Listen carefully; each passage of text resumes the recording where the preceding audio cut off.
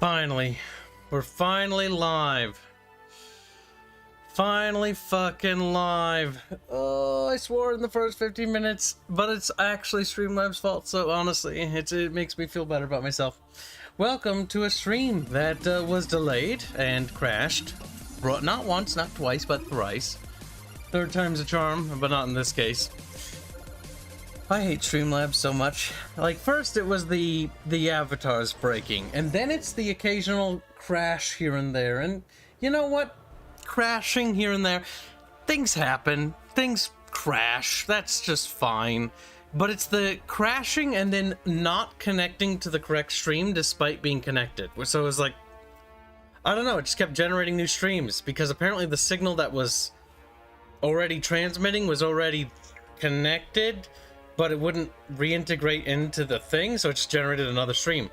And so it just kept restarting and booting up multiple streams, so that was a disaster to clean up. No, Abaddon, and don't. Thin ice right now, you're on thin ice. I am on very thin ice with this software, because I have had enough of this. Like, back when I used OBS, even when I used that piece of shit knockoff crappy software, I'd never recommend it to anyone. Action, whatever the fuck it was called, that's a piece of shit. That's fucking garbage software. But when I used that shit, it fucking worked. And when it didn't, you know, at least I was like, okay, I figured out that the software was a shit, so I just upgraded and switched to OBS. Then I fucking did fucking Streamlabs, and I swear to fucking God, I've had more problems now than I've ever had in my fucking life. No, Grammatron. I'm not even gonna, nope, not even gonna fucking deal with that. Thank you for the donation, but not even gonna deal with that. I'm too fucking mad right now. And I just don't care. I'm stressed out, and the software breaking was the final straw. The final fucking straw for me. Too many little things, and the Streamlabs thing is just the last fucking thing. So we're gonna close out of this game so I can fucking redo the intro of the game, because I don't know how to fucking trigger it. But yeah, so fuck this software, seriously. Like, fuck you, Streamlabs. Fuck you, Elgato. I wish I had never switched from OBS. I wish I had never, ever. Streamlabs had a couple of nice things. Like, it's not like it's like, oh, you know, it's just switched because. Like, it has some pretty great features, but the problem is those features are such a fucking migraine. It's not worth it. If any of you are thinking about starting streaming, like, I'm gonna rant a little bit. Like, fucking start, just don't waste your time. Don't waste your time. Just use OBS. Don't fucking, it looks great, but the thing is, you could hire a programmer to create custom code. That's what we ended up doing anyways. And then they'll just custom code everything, and then you'll get cool custom code. And OBS is open source. Streamlabs isn't. Streamlabs is a pile of shit. Oh my god, it barely works, and when it does, when it crashes, it's like it's a myriad of problems. It's like it's not just one thing. It starts 30 streams that I have to go and shut down, then I have to reinitialize the stream from the beginning. I'm so done. I'm so fucking done. I'm so fucking done. And I would cautiously, I'm gonna caution you now, Abaddon, like, don't start. Or I'm gonna yeet you forever, because I will not regret it. I will feel better. I am ready to vent on something. Do not be a conduit from which I can vent upon. Do not fucking be the conduit. Be smarter, don't be a retard. Steve Invest donates $17.50. Thank you very much for the generous donation. It says, the greatest software ever. Yeah. Basically, don't use Streamlabs. Streamlabs is a pile of shit. Be smarter than that. It sounds like it's got a lot of great features, but it's not. OBS is literally the thing you want to use. Just use OBS and you won't have fucking headache things. I'm so fucking mad. I can't have one stream just launch correctly. And I'm so sick of the software being at the core root of this. Because when I hit the button, it crashes, and that's like, okay, fuck, that sucks. But then it crashes, and then it reboots itself, and then it starts a new stream. And then it keeps doing that. Oh my god, I was about ready to pull my fucking teeth out. It's the first time I've been very, very mad in a long time. So do not. Like, if Archer Fairman were here and they were trying to make fun of me for that, like, I would not. I would blow a gasket on them right now. Just need to breathe. Calm down. The voice actor, by the way, he sounds like the guy from Sins of Soul Empire, the announcer. That's because I'm pretty sure because he is. That's a really cool thing that he's actually voicing this, the narration for this. Really like that.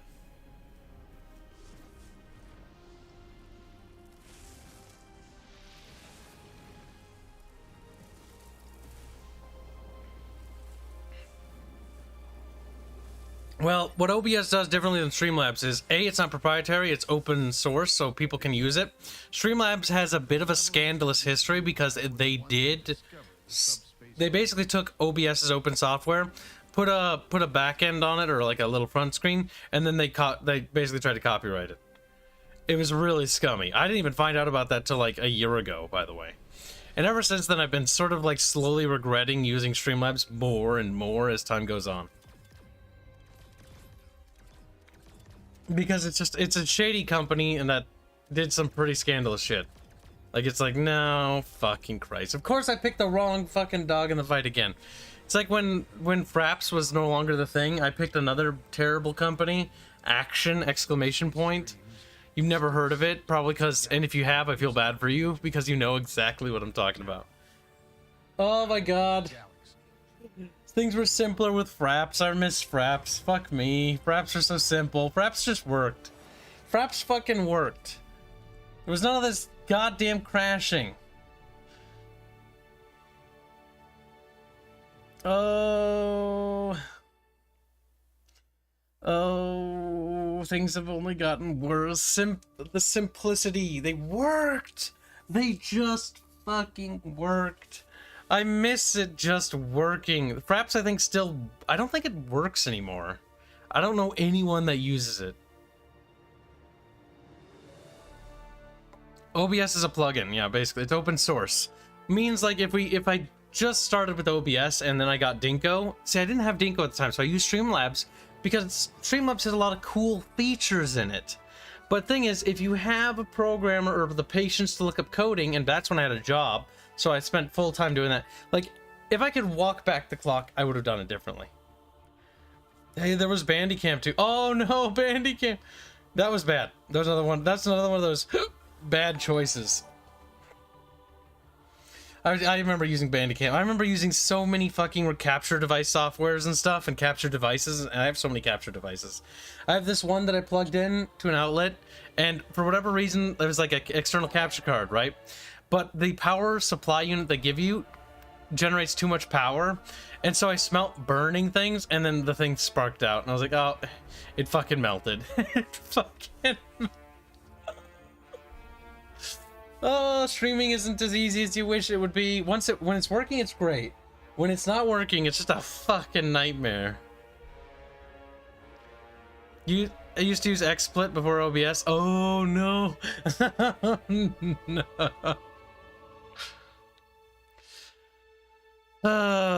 My heart hurts.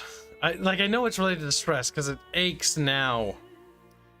You should just slow it down. The narrator of the game, he's the guy from Thing.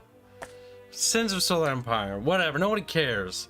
Artemis donates $2 to say, why do you have like 4 videos of you whining? Firstly, there's not 4 videos of me whining, you lying sack, and I'm minimizing now to check. Fucking... Oh my god. The N-word. It's on the tip of the tongue. I want to say it. And if I could, I would. If I could, I would. I'd say it, and I'd say it so loud, and the R would be so hard. It would be just, stiff. A throbbing R. Chat. Like, it'd just be whoop whoop. Like, you know, like a big... fucking R dick in your face. I'm just done. I'm just done with this. I'm done. I don't want to live anymore. I just want to go to heaven. It's time for me to die. It's over for Kib. It's time to stop living. It's time to get the fucking, I don't know, what do I have to commit suicide with? Like, I guess I could, you know, flood the bathtub and like drown myself in my own bathtub. Could I maybe, I don't know, what else could we do? We could we could use a coat hanger. I don't know. Anything to get out of this would be great. Oh, fucking awful. This game. I was looking forward to showing you this, and I'm so mad right now. All right, we're not mad anymore. We're happy. Out. So, this is Galactic Civilizations 4. If you didn't know, I love Galactic Civilizations 2. It's one of my favorite 4X games of all time. I think Civilization 3 was like, and 4 were pretty good, but like, Galactic Civilization 2, mwah, that thing was fucking amazing. Galactic Civilization 3 fucking sucked. It was garbage. It was ass. I don't like it. I want my money back still. Galactic Civilization 4, I don't know. I don't have an opinion about it, but I like a lot of things about it. But I'm gonna say this right now. It's a fucking epic exclusive because of course nothing in this world could literally go right. You know, we just gotta have every like Cinder Solar Empire 2. Oh hell yeah, epic exclusive, motherfucker! Like come on, I'm so done with the epic exclusive shit. If I wasn't a streamer, I probably wouldn't even waste my time. But I need to get your guys' attention. Look, shiny game. Look, shiny. Wow. Oh my god, the name Shine. Oh my fucking shine right there. Look at the shine. Do you see the shine? I see the shine. Alright, we're gonna play this game. Fuck me, I don't care. No wait, don't do that. So there are races in Galactic Civilization, and each race has like different abilities and ideology. You can actually create your custom race. By the way, this is better than Stellaris. Fuck Stellaris. Get out of here with your Stellaris. Get out of here. I don't want to look at Stellaris anymore. Stellaris makes me sad. Now this game's cool. Shut up. Don't ask me questions. Look at it. They added the meme race. Oh god, they did add them. The retarded little bunny people. They're playable now. Well, you know, I mean, that's good. I'm pretty sure this was a minor race that people just kept memeing on, and so they just made them real. I mean, fair enough. There are minor races in this game. Whatever. You don't care. I don't care. Who are you? Look, we'd be crab people. Crab people. Crab. No, fuck, I hate crab people. We could be humans, you know, we could be a man, we could be a whammon. I think they're slightly different. Oh yeah, they are, because Explorers, Inspired, Colony Ship, and Survey is what they're starting as. Colony Ship, Survey Ship, and Unrelenting. Plus 10 control from planets, plus 1 generate more influence. Resourceful, starts with some useful resources. Creativity. We could be the warmongering people. They look a little bit special. They got like little fucking sideburns, and they're basically green lizard people. They're slavers, they're unrelenting, they're just mean, you know, they're mean-spirited. Or profiteers, dragon people. You know, there's some races here I do not recognize, I will say that much. Like little bug man. Archaeologist, starfaring. Ravenous, unrelenting. Crime lord and warrior. And green booba. Tradition, vigilant, loyal. It seems if you click on them faster, it does do some paranoid, xenophobic. I don't know. Maybe we'll just be humans. We'll be fucking plain Jane, you know, plain Janes. We'll be the Terran Resistance mostly because they're more militant. Creativity, carbon based. Well, these guys have explorers. That just increases range. Additional leadership recruitment and cost by 20% less. I don't know. There's actually not that much difference between the two.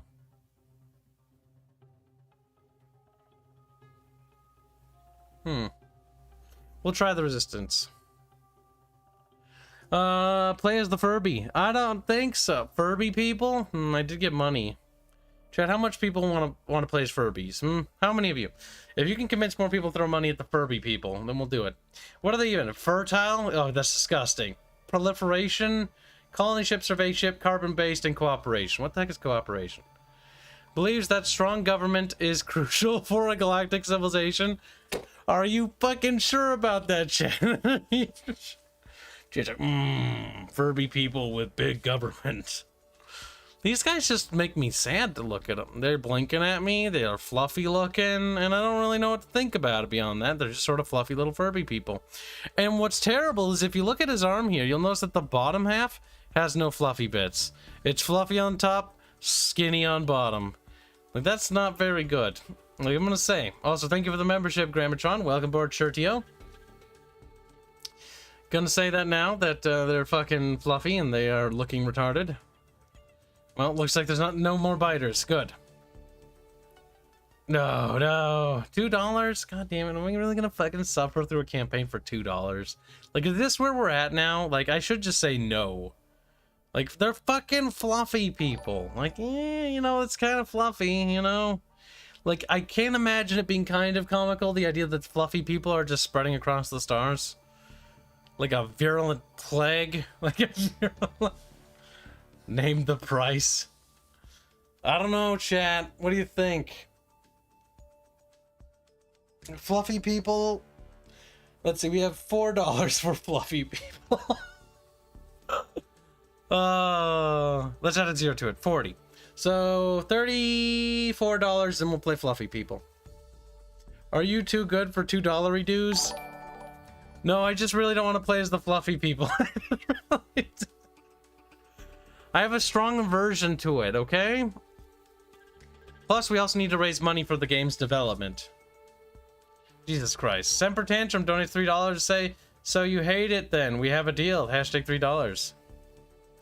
That puts almost what? 2, 4, 5, 6, 7. $7 to fluffy people out of 37. 33 more dollars. It's a sentient version of the truffles. Okay, well, you guys are raising money. Let's just browse the other races so we can understand what they are. So humans, the Bear Attack Grove they got equality. They're spores. Start the ability to deploy spores to a dead world to restore life. That has potential. Trait is new. Yeah, that sounds very strong. But they're fucking tree people, though. Grammatron does $10, so I can put $10, but I can't justify more. I mean, I wouldn't. I'm surprised you put as much as you did. Thank you for the donation. That puts us down to 20-some dollars. Math is hard. I'll round down because I'm nice. I think I'm being nice. Am I? I don't know. €2 say Kib pretending that he dislikes his own fetish. Well, that wasn't a donation for it, so we're lucky. Don't be treesist. Don't be tree. Wow. Lol. Artemis, no! Wait, well, we're gonna play the fluffy people. I don't want to be fluffy people. That gun looked weird. Look at how he aimed it up. It's just... It feels like the gun has no mass or weight. Like, it's like, whoop. Maybe it's better to light alley. Tradition. Fluffy people. Fucking fluffy people. Traders, wealthy. Oh, okay.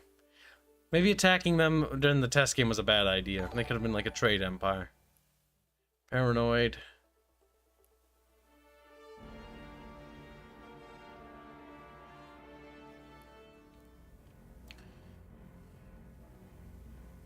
Your singularity. I remember they were like a big threat too, if I remember right.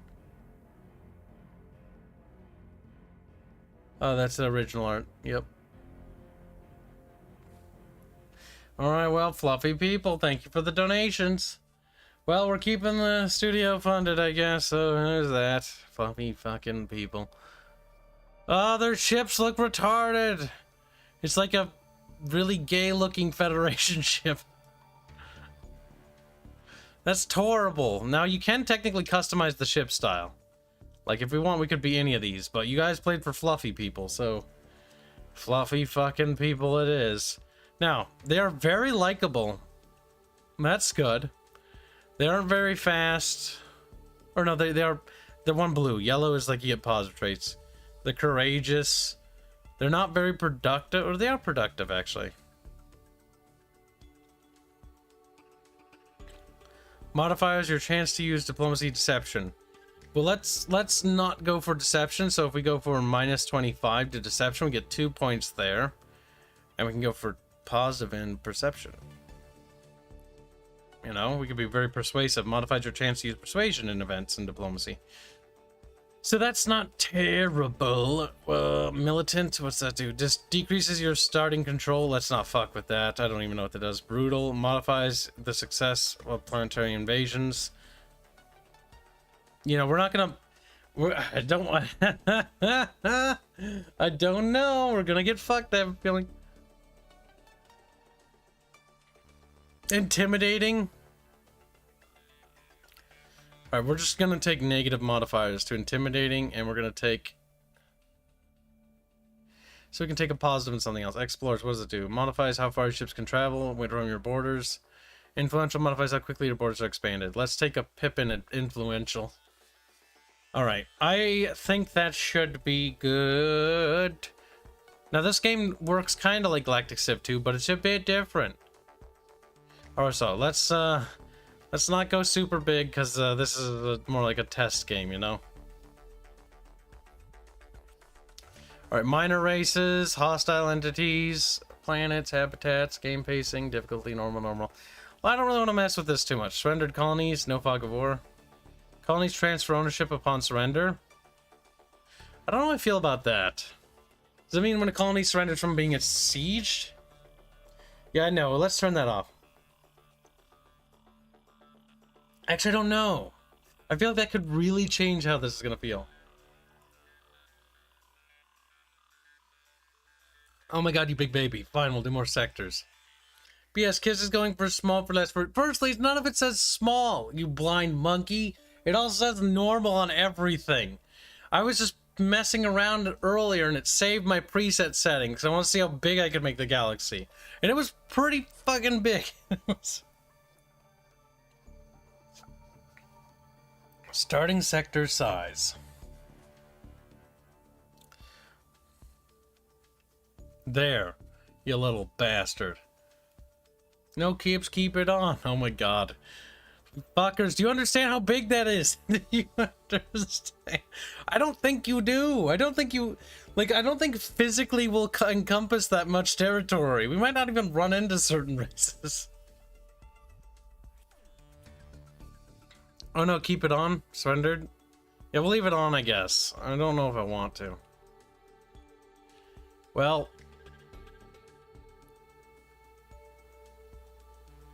I guess we can choose what races to be playing with. So we're like, oh, you know, I want the Yor in here. And it's like, I want the traitor people, the tree people, the fucking dinosaur people, the paranoid people, the Drengen, these guys, those guys, these guys, those guys. Literally everybody, I guess. Everybody's here. Look at that. Every single race is gonna be here. Every fucking one of them. Okay, you know what? We don't want that one.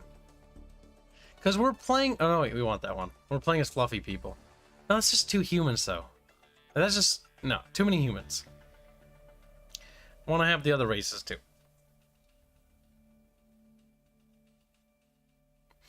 Yeah, there can be a lot of races in this game. There's minor factions, major factions, neutrals, like, that are hostile, that just float around the galaxy and are nasty. Basically, think of Galactic Civilization like Sid Meier's Civilization, but like better in every way. At least that's how I viewed it. Galactic Civ 2 is my favorite. It had so much role play when it came to like diplomacy, and the diplomacy of the game is actually the strongest thing. Tyler and I, my best friend from like high school and middle school, like what we do is we'd actually just be arms dealers. Now the game had no multiplayer in that, sadly. That's before they added multiplayer, and it was just a single player game. But we were arms dealers. Like all we do is like we build like weapons empires that we just sell weapons to people. It's kind of great. Oh my god, the Mimit people have evolved to the point that they no longer resemble their original body forms in the slightest. Having expanded into the galaxy and served as servants, cooks, and when the larder was low, the meal itself, the Mimit have until recently been mostly known for their diligent work ethic and nutty flavor.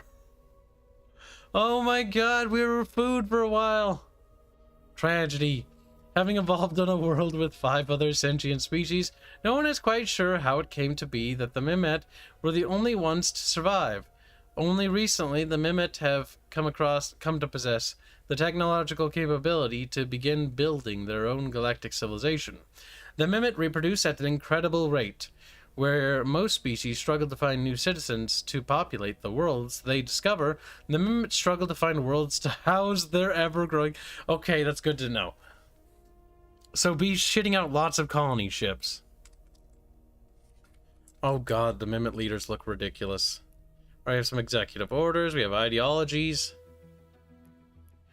These are some of them. They look retarded. Oh no. This is going to cost money, so we don't want to spend anything. Alright, this is our colony ship. The Hemir is what? A long-range vessel suited for mapping the stars and running away from things. And what's this? A probe.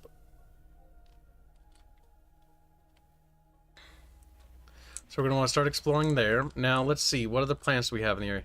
Class 4 poor, and then we have a Class 1 poor planet. But they are livable. That's a dead world. We can't live there. It would be preferable to find some proper worlds. Ah, there we go. That's Class 1 poor. I'm going to have this colony ship immediately go further out because we're going to want to expand further from our position. Let's look at the technology options. Now, in here, you do have a tech navigator, so you can actually look at all the technologies you got.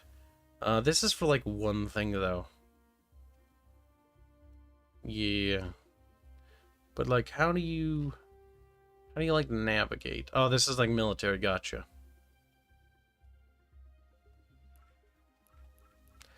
Alright, so let's back up. So what do we have options? Asteroid mining allows us to start building asteroid miners that boost our world's manufacturing.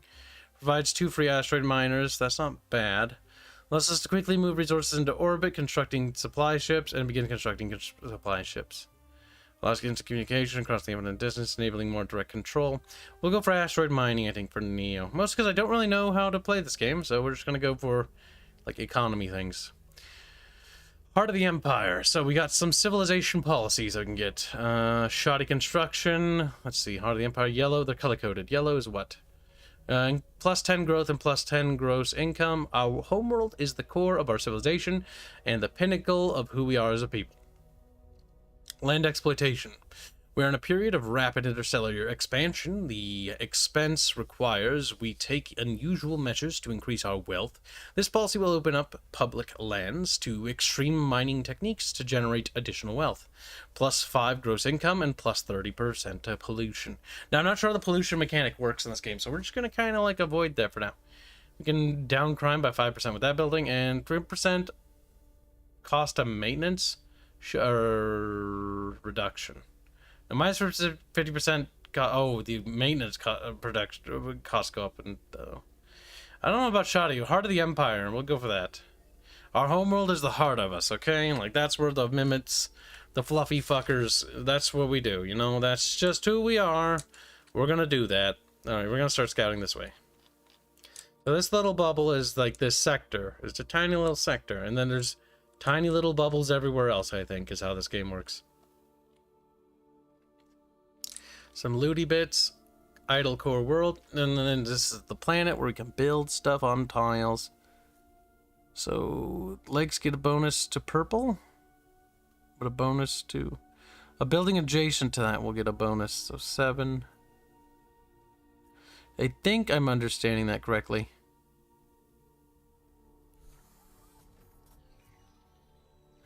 I think. There's some special buildings. I'm not entirely sure how this works completely yet, but we'll figure it out. I love the Space Orcs Tech Tree Tooltip. Lol, ground is meant for building on. If it cannot be built on, it must be beaten into submission with science. They're very violent, that is true. And yes, they are basically Space Orcs. Alright, we don't have a lot of ships unlocked right now. This is going to be like the thing we want to build a lot of, I think, for the initial stages of the game. So we'll kill a colony ship. We'll kill that, and we'll kill more colony ships. Alright, let's go to the options and turn up the audio just a pinch for the little bucket fishes.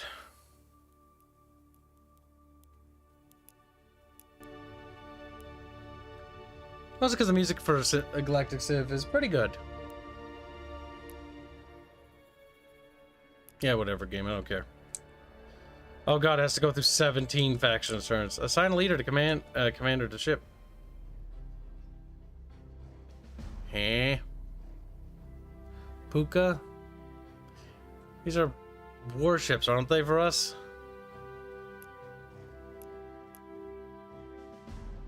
I'm not sure. Assign leaders. Oh, drag and drop. We have to recruit leaders. That's going to cost us money to do it, but we don't want to spend all our money because we're going to kind of want that. Resolve. The resolve characteristic, skill at military tasks. None of you are Yeah, that one's really good in intelligence, though. Holy shit. Let's buy him. Loyalty is 31. I don't know what that means. Look, you're in charge of the thinkies. There, look at that. Walla the Third. Yeah, boy. That's our boy, Walla the fucking Third over there. Social dominance or diligence. Commanders and governors of manufacturing worlds. And for governors of manufacturing worlds. Governors, matters of colonization. Well, let's not go too crazy. Let's save some money and generate some money before we get more of these guys. I'm not sure. That character thing is new. At least I didn't play Galactic Civ 3 beyond like 30 minutes or an hour. That's like 30 hours probably. Before getting bored, the ever living shit of it. Alright, so what do we have? We have... Is there an easier way to see the classifications of the world? Is there a view toggle thing?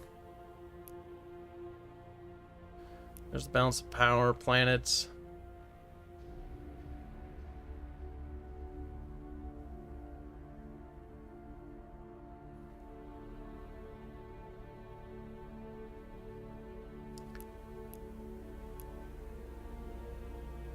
I don't know how to change it so that I have like symbols on the map, sadly. Let's check options. Gameplay. Okay, I mean, didn't quite know that. Enable mods, enable tutorial. Fast move, fast battles, show all ship designs, show star bases, skip intro. Interface, show grid when close, show grid, hide grid. Enable edge scroll. Clip cursor. So damage checks in battle viewer, disable influence tooltip. I don't think so. Alright, well, we're just gonna explore the stars neighboring us, I suppose.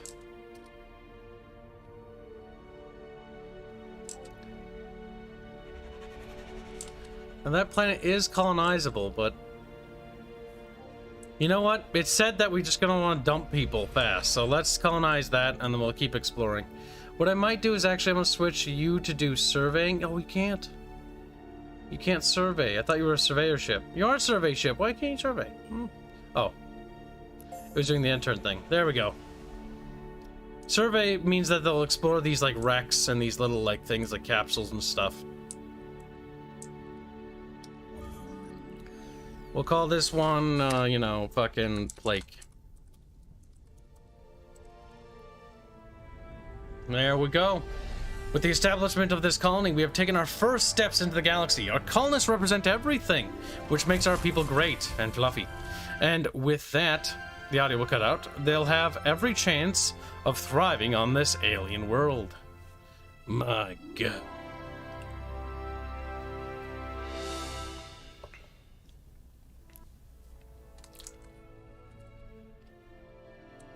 Alright, so what other things... There's some things I looked at in this game when testing it mildly that I saw that I never recognized before.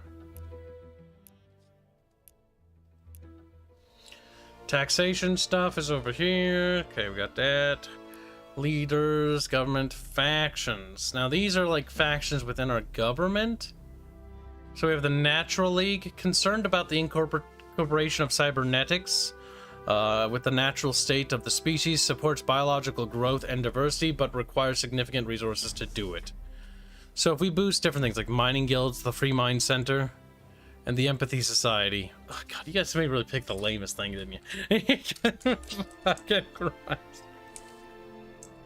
Oh yeah, you can do like crusading and stuff, or fighting and stuff and whatnot. Balance of power. What's this? Search. The Mimot. We're 13th ranked technologically. We have a good manufacturing capacity. Asteroid mining. Anyone with a spaceship and bad piloting skills can smash a rock, but it takes careful planning and skill to actually extract useful resources from them. That's true. Leads to mining missions, and we unlocked asteroid miners and mining lasers. Allows us to detect subspace scanning. Anti-artificial gravity increases movement speed by 1. Armed shuttles. We don't need warships right now. Space elevators will bring leads to plantology and research. Prolific supply module and Ellen's lift.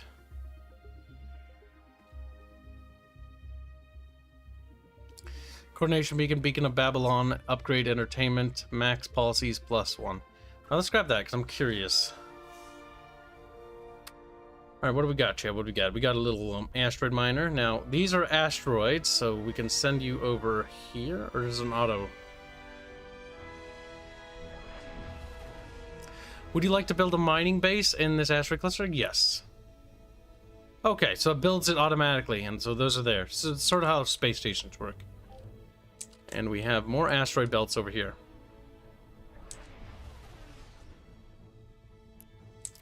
All right. So what's that going to do? Production yields 0.10. Assign planet to Fen. This asteroid contains mining base and Mimit Brotherhood. Okay, so we got little mining belts established. That's good. One thing I do want to do is queue another asteroid miner because we do have more belts down here that we can add in our little spheres.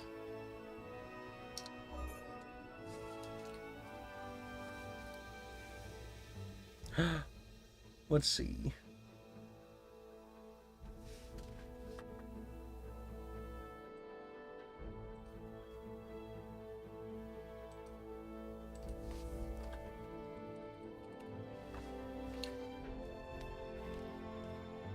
All right, where was I? I was being blue boo. There we go. Sorry, developer server stuff. So we got some plants up here. We got thulium, dead planet. Bunch of asteroids, but nothing meaty. Let's go to the next star.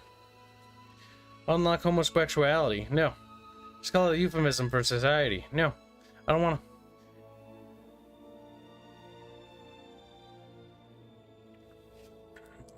It's been a while. It's been a while, little bucketfish. First anomaly survey. Our survey ship cautiously approaches the mysterious object. All sensors set to maximal gain. One of the universe's many secrets, a great danger or valuable treasure, will soon be revealed to us. Yep, because that is what our survey ship is doing. A terrible weapon. We've stumbled upon something strange here, an alien artifact which appears to be a beam weapon of incredible power. In a ring around it lie several beacons, explaining in a variety of languages the agony that this weapon will inflict on all who face it. It's pretty dark. Worse yet, the beacons promise that any who fire it and their kind will suffer immense guilt knowing what they've done. It sounds like if we use this, we're going to make a lot of people unhappy back home. As unhappy as they are, our enemies will suffer worse. It gives us +4 to beam attack, but -6 approval for 100 turns. But that's +4 beam attack forever. Compassion, ideology, awareness, +1. Listen, we're fluffy, but we need to defend our bodies. They're gonna have to get over it, is all I'm gonna say. We're just gonna build happy buildings and make them happy.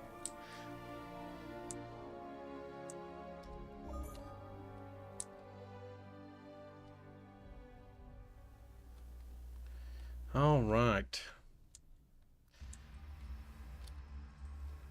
So we've got some planets up here. Difta. I doubt we're gonna find anything particularly interesting there, to be honest with you, Chit. Or Bucketfish, as you were called. No, enormously pliable. I wonder. Those asteroid belts actually have something interesting inside them. Maybe establishing those would be not bad. Not a bad idea, Bucketfish. Probe. We're sending it out into the deep of space. Shipyard graveyard. That's always a nice thing to see.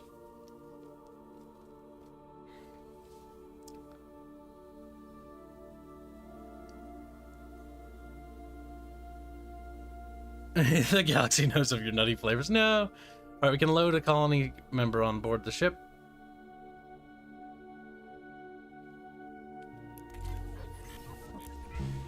We'll take 2 at a time. Oh, we can't take 2. Nope, we're gonna take 1.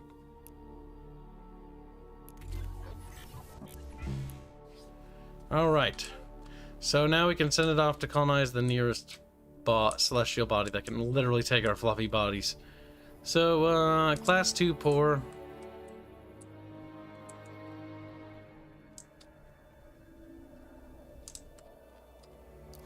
Honestly, we're gonna colonize somewhere up there, because I want to start taking solar systems beyond just the ones we have near us.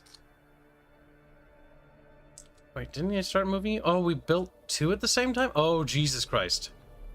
We're gonna build these fast. Alright, well, you're gonna take something in the local area then. That's a jungle class 4. It's not terrible, but it's not great either.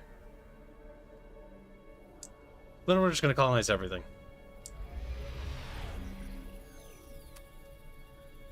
Alright.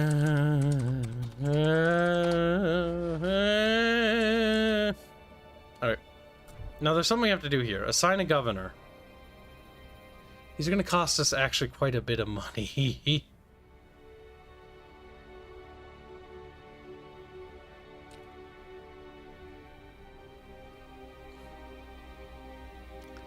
See, I wish I could better understand what these things do. Control. Food when assigned as governor. Faithful, secretive, famous, investigator. Oh my god, that's not a lot of stuff to build with, is it? Check, it's a tiny planet. It's a baby do we unlock more of the hexes as we get more tech? I don't really know how this works. All I can say is we have a governor, and I don't know if I should even bother building there. We can construct a shipyard, but I feel like that's kind of pointless.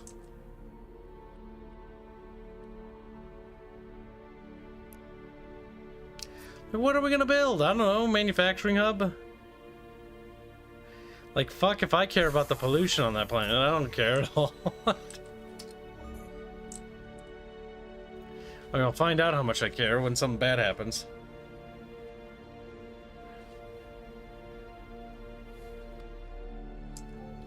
Alright, the next celestial body is approaching.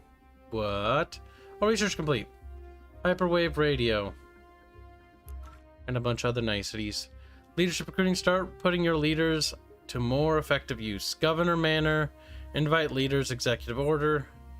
Galactic Festival. Executive order. Virtual world. Upgrade entertainment. We're gonna get the space elevator next, though. Oh my god, Duffy.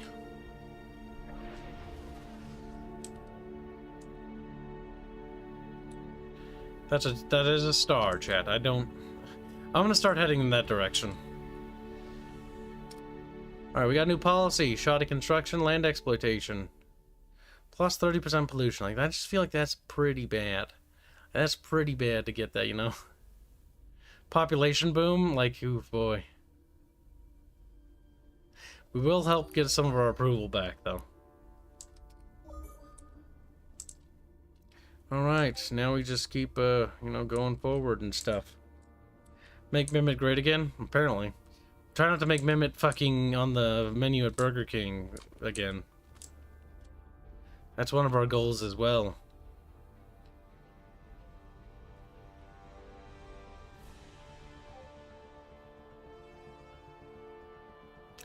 Now I think when we build colony ships, I think we get a bonus of 2.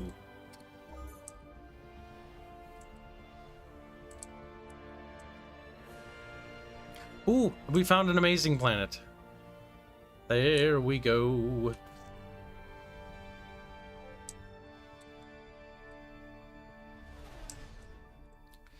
Alright, good thing we didn't go too crazy over there. Not too shabby. The early game of exploration, finding races. Let's hope we don't bump into anything fucking warmongery. If we bump into the space orcs, I'm just gonna be like, ah! Looks like Mimit's back on the menu, boys. Donald Cruz says, as long as your race is towards the trees, it's all good. Thank you for donating as a membership. Didn't see that one. Missed it. It's too busy spurging out about how cool I am. Like, that's fair, I guess. He's pretty cool, you know. Alright, so this probe, you're gonna, like, explore down here. Because, I don't know what else to do with you. And that's what you're gonna do. Okay.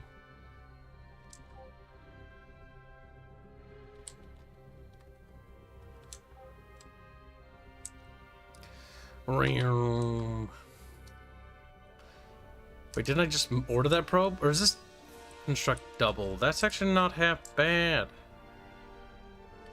I'm gonna have this probe go that way. There's a nebula there.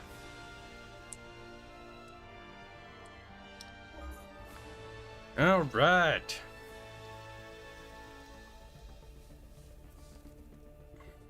Look at the little bucket fish. They're the little buckets.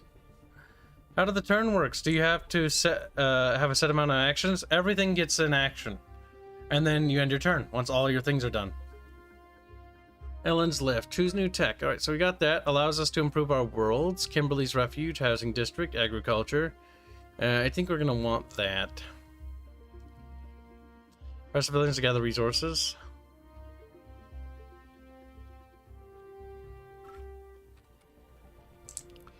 Because housing districts sound pretty useful to me. Alright, sudden cringe, you need a fucking governor. Governors are expensive and I really can't afford anymore. I don't think they're really worth getting actually at this point.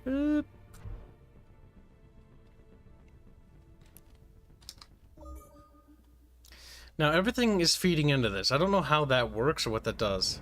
Oh no, the Weeaboo people! That's not good. A metallic creature appears on screen, unblinking red sensors staring back at us. The sensor iris open a bit. Opens a bit. Before narrowing, the creature studying us. Sound emerges from it. A clash of discordant sounds. Almost as if it's trying different languages on us to see if we can understand anything. We don't.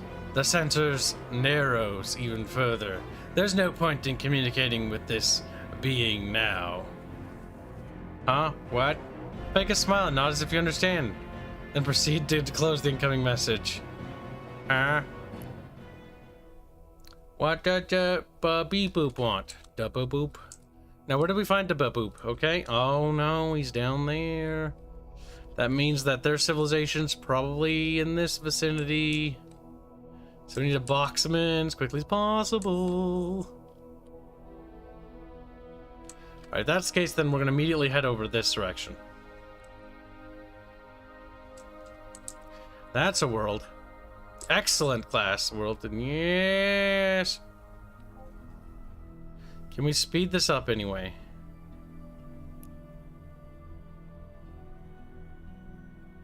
Rush the colony ship. Yes. Mostly because we want to get to that excellent world down there first.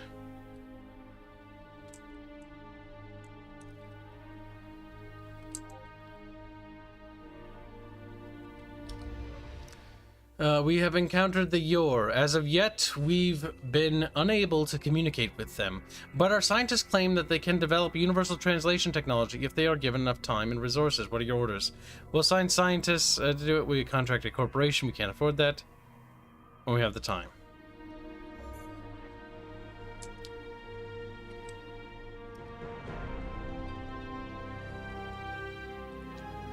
Regardless, we're still going to bump into them.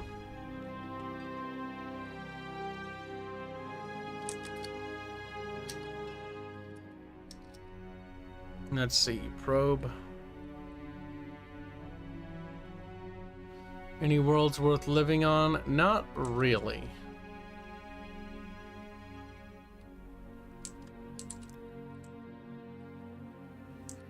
Oh boy, bucketfish. Oh boy.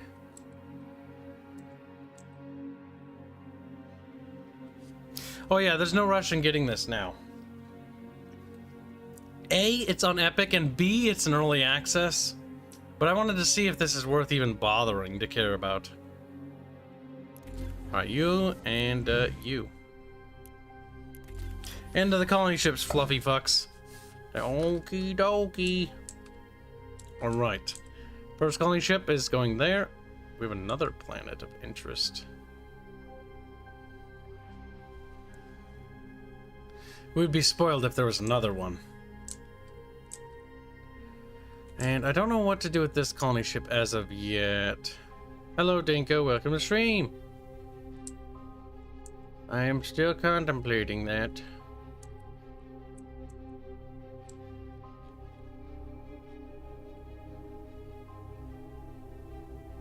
Class is excellent.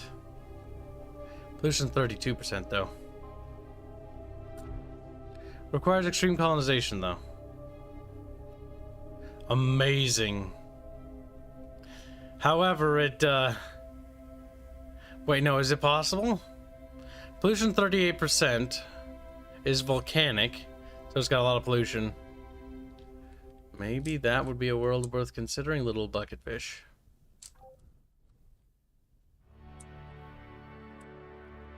Claiming these worlds and expanding our galactic empire. Now, financial district will get well. We want money. Our money is going up by 4.11 or going down by 4.11. I do not know. 442 is what we have now. So let's see what happens after a turn passes.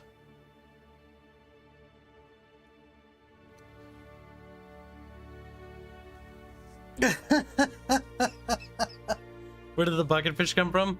That's just chat. They're technically chatfish, but they're in the bucket now because we can't afford an aquarium. They're just bucketfish for now. Okay. Little bucketfish. Alright, our money's going up. Horrifically slow, but it is going up nonetheless.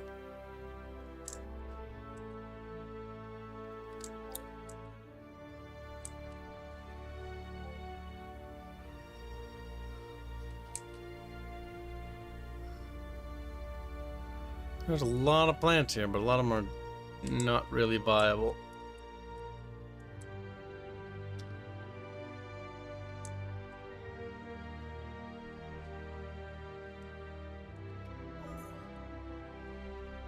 Wage war already. It's a bit early for that, Abba slut. Let's see. High G minimal animal racing. What? Colonists on Abaddon have taken to breeding and racing a local species of squat four-legged animals. The harsh gravity of this world makes the races particularly grueling, and footage of injured animals has caused animal rights activists around the galaxy, of what we know of it, to demand this barbaric practice be stopped. But it's become a big part of the local culture, and the colonists won't be happy if we end the races. What are your orders? We must, of course, stop anything which even suggests cruelty to other forms of life. That will give us plus 10% approval for 25 turns. Opportunity, ideology awareness, and let's see, export the footage across our civilization so everyone can enjoy the races. That'll give us tourism, but more crime. Promote the man behind this. Exploiting the weak is the foundation of our empire. Pragmatism. Honestly, we're going to take the plus 10%, the goody two-shoe thing, purely because we already are taking minus 10% for 100 turns, so that'll actually shave off about a quarter of that. And that's because we took the super beam weapon.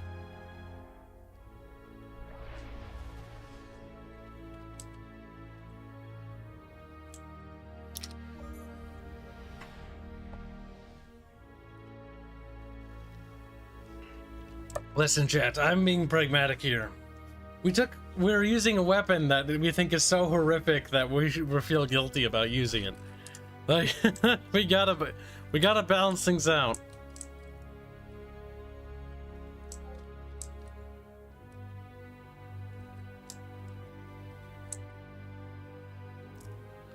So we'll sweep around like that, and we'll sweep around like that.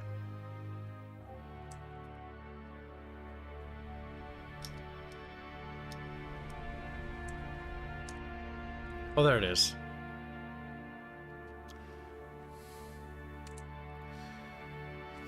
We're making progress, little bucketfish.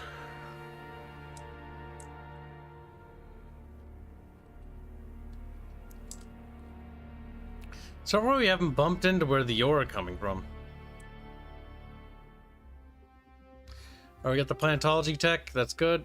Universal translator, we'll grab that, and that's part of our mission. Alright, we want more asteroid miners and colony ships. So let's set this asteroid miner to be down here.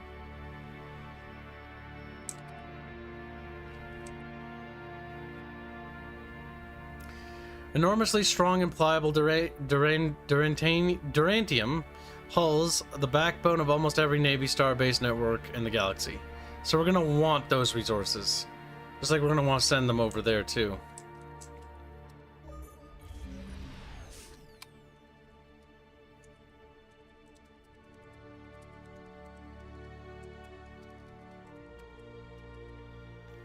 The Dastardly Dutchman planet. Alright, leave them. Oh, we got a new planet event. We're colonizing. Dastardly Dutchman planet report.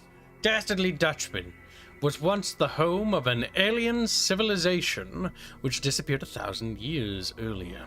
Although none of their technology is new, many of their entertainment products remain intact and are of great interest to the colonists.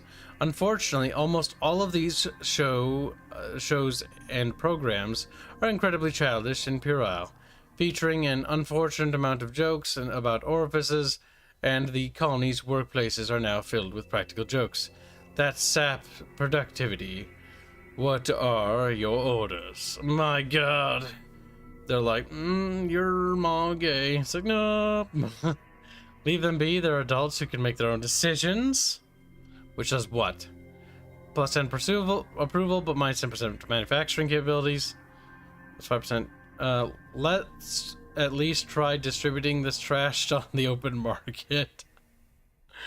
That does give us some income bonuses, which is actually not too bad. That's minus 5 manufacturing productivity to all worlds, though. But honestly, money is important to the Kib.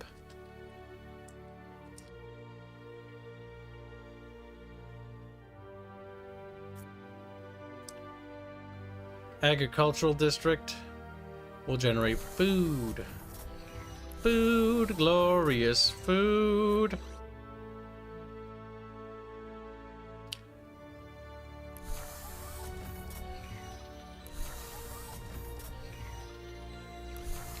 Set the population cap higher.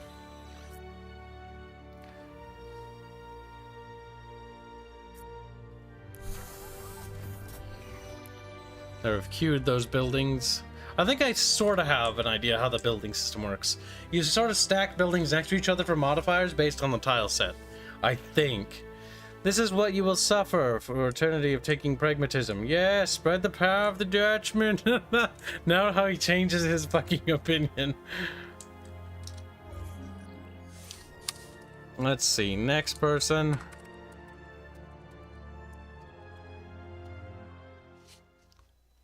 I'm Big Bucket Fish at Bixby. Semper Tantrum. An increased period of solar activity has caused a species of previously dormant insects to suddenly begin swarming, greatly limiting activity on Semper Tantrum. Your scientists have developed a sonic screen which can kill the insects, but believe there may also be a way to expand the technology to rid the world of the swarm forever. What effects will that have on the ecosystem have yet to be known. If this technology kills en masse, then we won't use it. We lose approval from that. Plus fun farming. Abandoned parts of the planet that the bugs inhabit. Minus 2 tiles. Murder all the bugs. The only good bug's a dead bug. Squish them.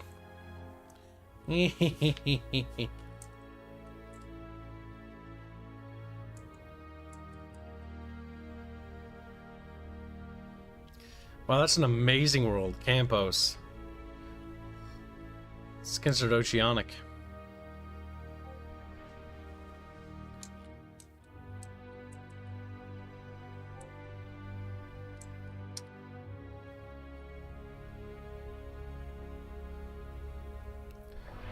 Wait, can I mine that? Build a mining starbase nearby to harvest this resource. Oh, fuck, I need a starbase. Hold on. What else can you do? Yeah, no, we need a mining starbase to get that. Damn it.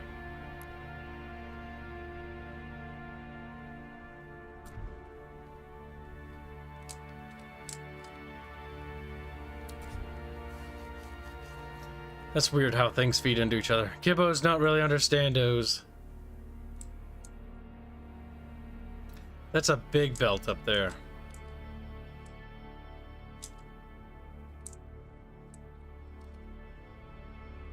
Well, now that I know how that works, we know more a little.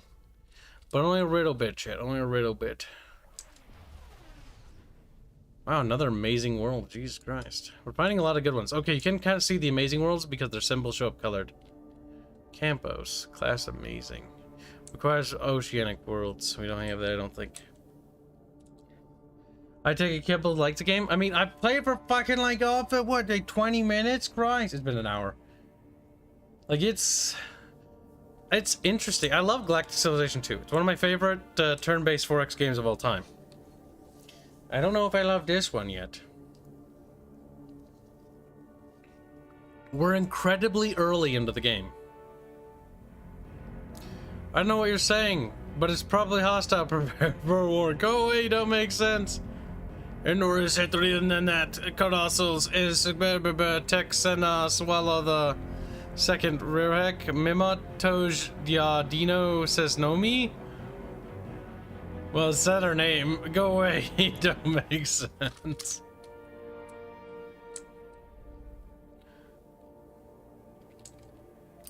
Now there's an extremely big asteroid belt up there. So we're gonna send our little asteroid mining ships up here. Matt Blankenbacher donates a generous $20 say, in Kibs sector of the galaxy, xenophobia and xenophilia run rampant. Hashtag suck fun. Hashtag bigger bucket. Aerith may be racist towards other species, but she's not against riding their sticks, if you know what I'm saying. She's like, ugh. Just a wave of vomit. Asteroid cluster must be inside your Zoc, in your border to build. Poo! Is there any colonizable planets that can help this? Nope. Nope. A starbase would, but we don't have starbase technology yet.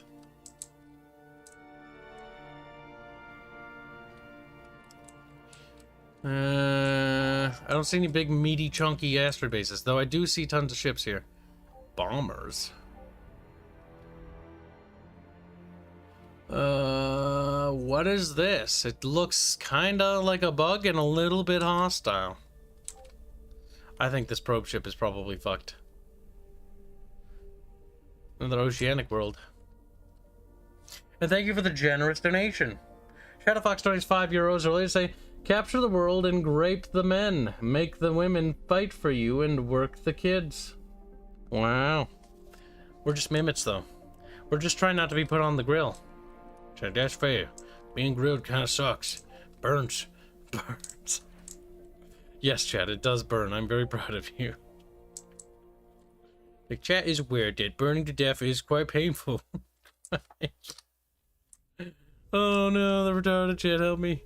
Alright, let's... I don't have any asteroid belts I can claim, do I? Fuck. Well, I guess we're just gonna chill over here. In the interim. So we can see what each world does based on, like, its little stats, right? So it's doing 3 of the gears and 4 of the sciences and 5 of the goldens and 4 of those. I don't quite know. Oh no! Well, our probe got fucked, and there's no space battle to watch. Which, to be fair, I mean, what are you gonna watch? A probe just float to its death? Allows us to colonize a wider variety of worlds. Planetary data. Oceanic worlds will be colonizable if we grab that. Improves production of our worlds. Quantum processor. Upgrade manufacturing. Star bases, though. We'll grab the starbase research because it's quicker. What's this?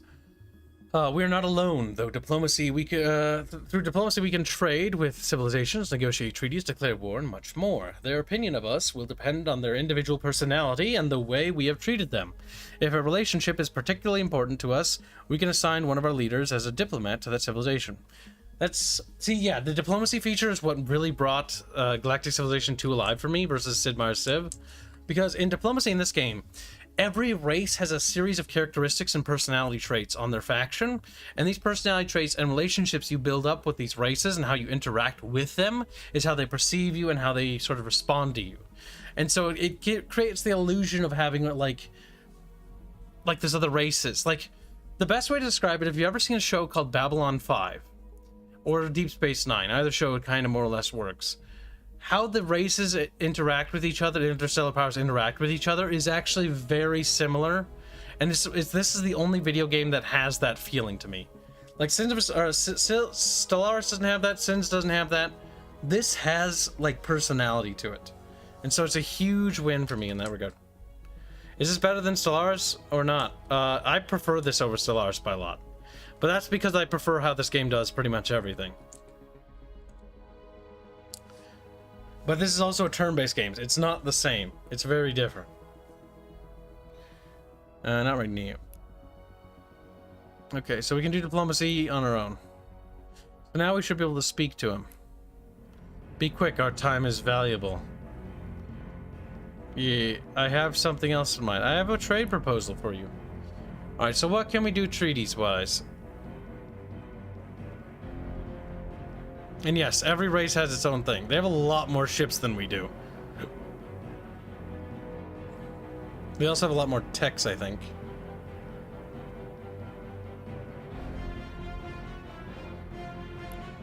What's this? Cordial. You are outside of our traveling range. Your skill in diplomacy. What? What do you mean? So further away is actually a good thing? Open borders? I don't know if I want that, actually.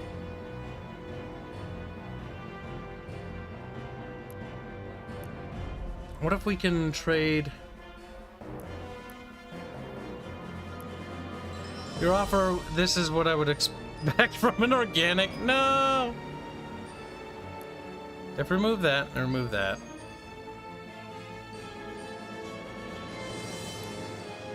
No, it doesn't quite help. They're not really interested. Very bombastic music for the ore. Okay, we can persuade. Oh, that's actually... Oh, wait, no, let's try this. So let's offer them 3 techs for literally just armed shuttles. Actually, no, extreme colonization, because that one's the longest. Threaten them, 60% chance. Persuasion chance, 60%. Your chance of being able to convince them to offer a better deal. Your offer is what I'd expect from organic. Well, we tried. I have something else in mind. We require financial help. Please give us help. We would like to offer you financial aid. We would publicly proclaim our never-ending friendship to you. Wow, this is very excitable. Increase relations with the civilization by proclaiming friendship with them. However, the civilization enemies will dislike you. Very dramatic, wasn't that? Just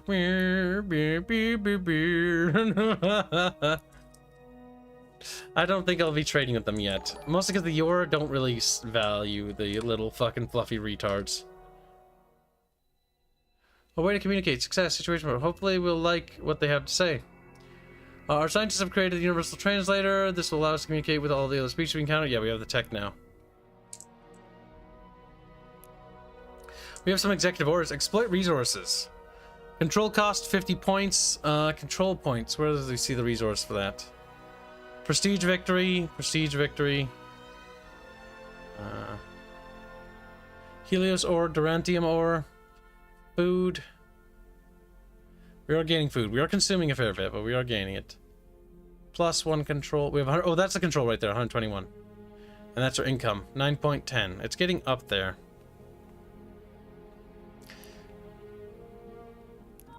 Okay, we'll do that so that'll increase our income a little. So that's what we do with control points, is we can issue sort of like edicts. You're nice genocidal robots. Well, for now. Seem like good guys. You're very... Like, you know, they're pretty cool people. They're just beep boots. Shadowfox 25 euros say, just trade your cheeks, Kibs. You know those are worth a lot. You little degenerate. You know. Whoa. Jen, how much would you pay for real cheeks if she existed? Ah, we found the ore. They're over here. So we want to basically expand towards them and meet them in territory, as far as our territory goes, to try to box them in down there.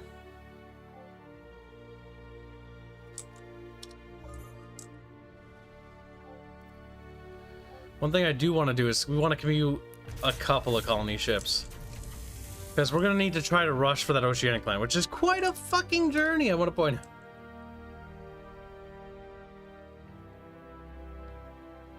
Set that to sentry, because there's no point using that. That'll make it start an auto pass.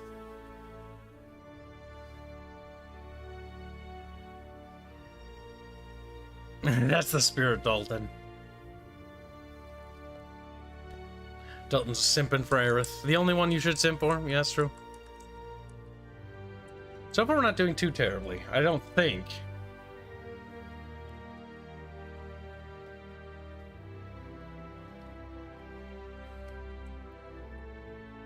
Alright. Your citizen, plague filmmaker, unhappy. Fucking get over it. Why are they unhappy? Terrible weapon, that's -6. High expectations, taxes are too high. This is an unpleasant planet. We are at our population capacity. They fucking they filled it up already. We are unprotected. That might become a problem later. We have an event, a precursor probe. We have uncovered a precursor probe orbiting Plague Filmmaker. We're not sure why it was sent here or how long it has been here, but the technology is advanced. What are your orders? Let's study and see what we can learn. +1 to sensor power to all ships. Unlock Stargazer ship. Ooh, what's that? Stargazer ship. Repair the probe and see what it does. Okay, that means we can, like, use it. Sell the probe to the highest bidder. There's a couple of options here we can do with this probe.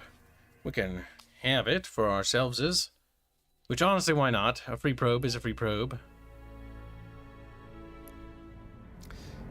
74 credits for open borders. You get armed shuttles.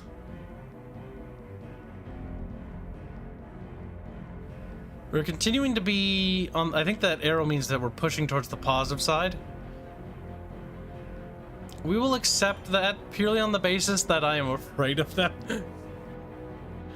We compute that this is an equitable agreement. Well, we did get military tech. Did that also trigger the military event? So we actually got military ships? Yes, we did. That's actually nice. So even if you trade for the tech and you get the tech, there we go. We have our first combat fleet. Now, we do know that there are hostiles over here. Neutral hostiles. We have to be careful. Probe was destroyed here. Click to replay the battle. Oh, hey, chat, you want to watch the battles? The battles in this game are actually kind of cool. Not this, though. This will be probably stupid. Probe's like, just exploring and shit. But yeah, you actually get to watch the animations of the battles. It plays out like a sort of Star Trek battle, honestly. Now, this is going to be incredibly quick. Our ship is already taking some serious damage. Our ship is already at 50%. You know, it's about to die. It is dead. And that's it dying. Wow, isn't it amazing? Now, I hope this game has the ground invasion stuff. Because in the other one, there was actually like ground invasion animations, and it looks so cool.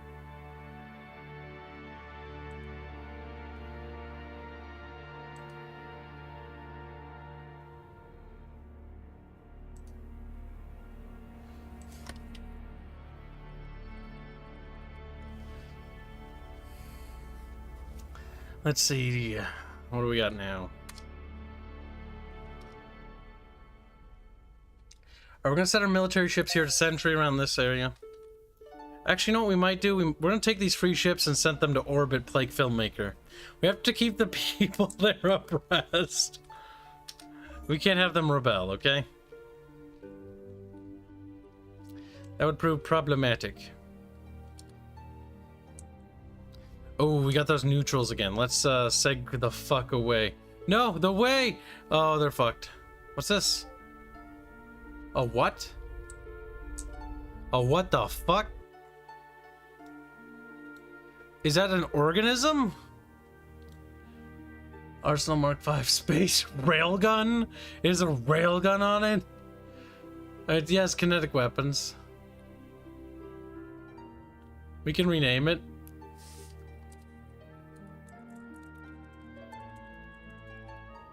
That's nice. We can rename stuff that we encounter.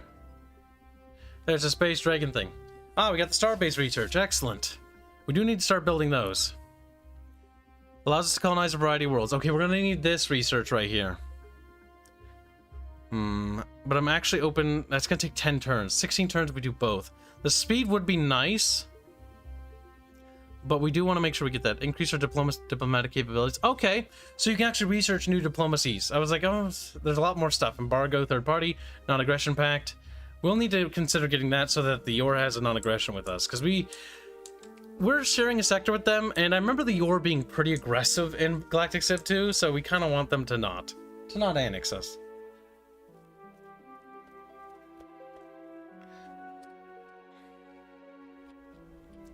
Alright, what's this? A constructor? Ah, we get a free starbase. You cannot build unstacked ships. Okay, fair enough. Consume a constructor module to build a starbase at this location. Now, we needed to build a mining starbase in order to mine this shit, didn't we?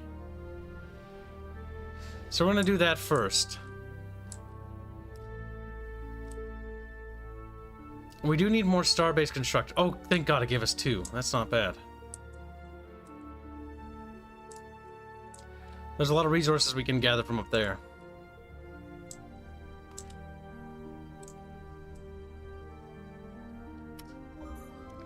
Asteroid cluster must be inside your... What? I know that, you little retardo.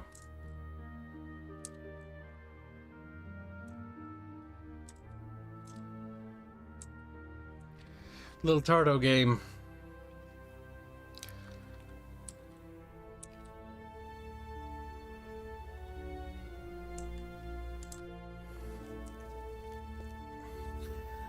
We battle for more than planets. If we are to thrive, we must claim space itself and the precious resources it provides.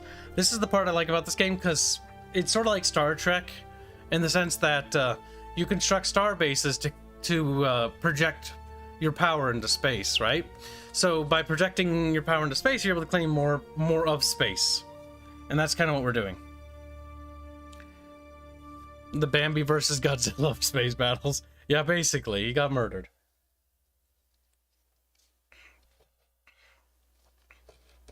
And yes, it was a space dragon. Did we lose our ship up there? God damn it, we lost our probe.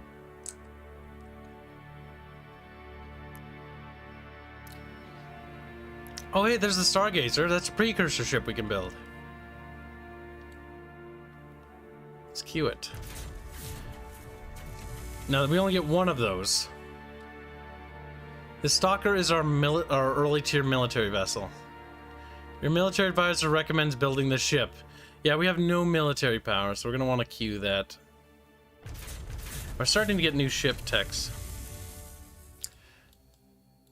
So yeah, you can design ships. I'm not going to monkey with this too much right now, because I don't really know what I'm doing.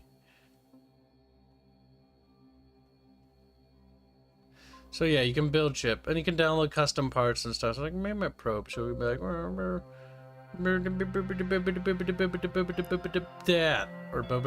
this. And you can drag parts and stuff on it, like, boop. Or you can change the color. Oh no. Oh god. This is too artistic for me. Yeah, you can basically design, if I remember right. Like, I've seen in Galactic Civ 2, people make fucking, like, space mecha fleets. But you can, like, design, like, it's basically the modeling of it. I don't really know. David Morrison donates to us, say, how long is the Epic exclusive hashtag sock fund? For $2 dues. If I had to guess, for most of these studios, they normally take a deal for the Epic exclusivity deal to basically include its early access period. So if I had to guess, it's going to be exactly like Sins, because Sins, I think, took the same deal. I think, where it's basically they're going to take the Epic exclusive deal for, like, until the development's over, and they're going to go over to Steam. I mean, I'm glad we got a Galactic Civ 4. I really wish it was on Steam Early Access. I'd rather buy it on Steam Early Access than fucking on Epic, because I'm going to have to buy it again on Steam anyways, and also I don't really like fucking Epic. I think Epic's kind of trash. Oh, I don't think it is. I know it's trash, actually. I don't even know why I'm fucking... you know what I mean?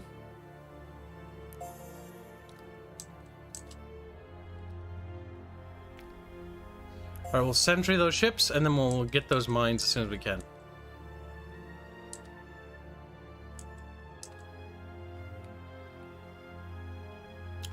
These are all dead worlds. That is quite impressive.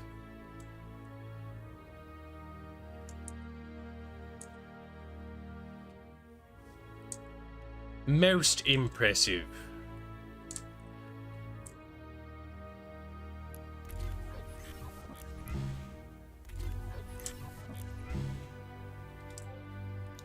Alright, so you are going to go straight for that world there. Because by the time you get there, we'll be able to colonize oceanic worlds. And you, little spacey ship, are going to go over... It's a paradise. Precursor nanites over there. Illyrium and terrestrial. I'm kind of curious about those nanites.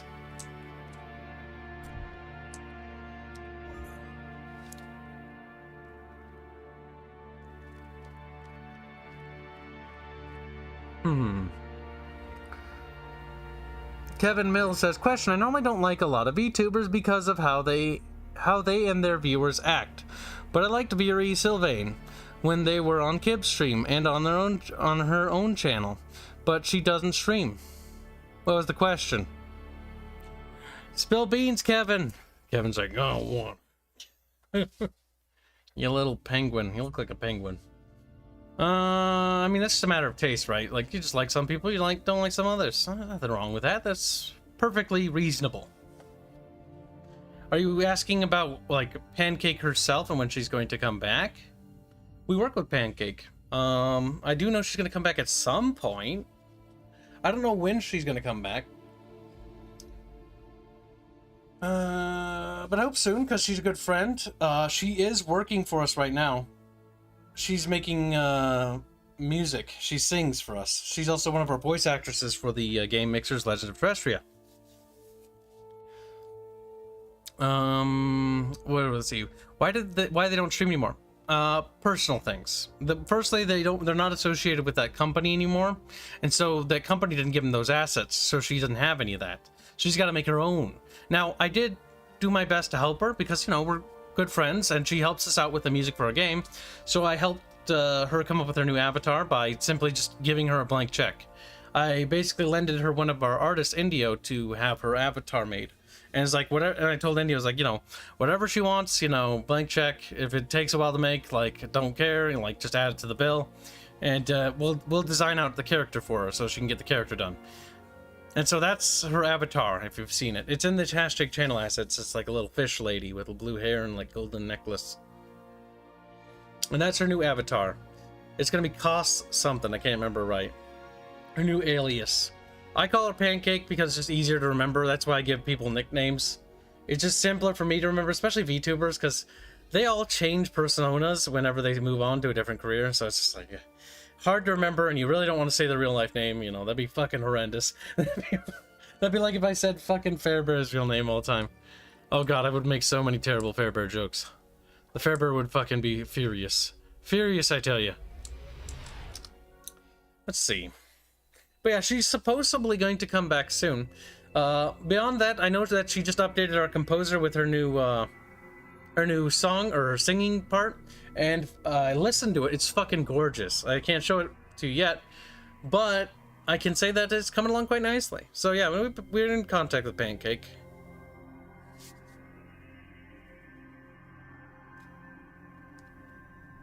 She'll be back at some point, and as soon as she is, you bet your ass we'll be doing collabs again. Let's see. Experimental technology, tales from the corners of our empire, dazzle and excite the people of our homeworld. Every detail of space travel, colonial life, and contact with aliens is endlessly fascinating to our citizens. In particular, our discovery of evidence of an ancient alien civilization has inspired many to believe that our own worlds host the remains of a crashed alien ships. If true, those would be a wonder. We should search for them, sharing all news of our discoveries with our people. That'll give ideology witness to liberty. If true, those would be dangerous in the wrong hands. Find these wrecks, but keep our citizens away from them. Authority or liberty, chat? Bucketfish, decide. Will the Mimits be an authoritarian regime, or will they value personal liberties? Just, You know what? You chat, I've decided that the Bucketfish are now the Council of Mimits. So I think this is just like little chat fish with Mimit skinned hats wearing. Oh no, sad. Because I'm not gonna have you vote on all of these issues, but like these are policies basically that you're dictating. Policies on our interstellar empire. And this will also sort of like feel how our little nation is going to behave. Commodore, you little retard, you know there's no option number 3. Yeah, but I want there to be. Wow, chat not surprising me today with their authoritarian favoritism. As it gets bigger and skewed further. Authority than liberty, so they can enjoy it more.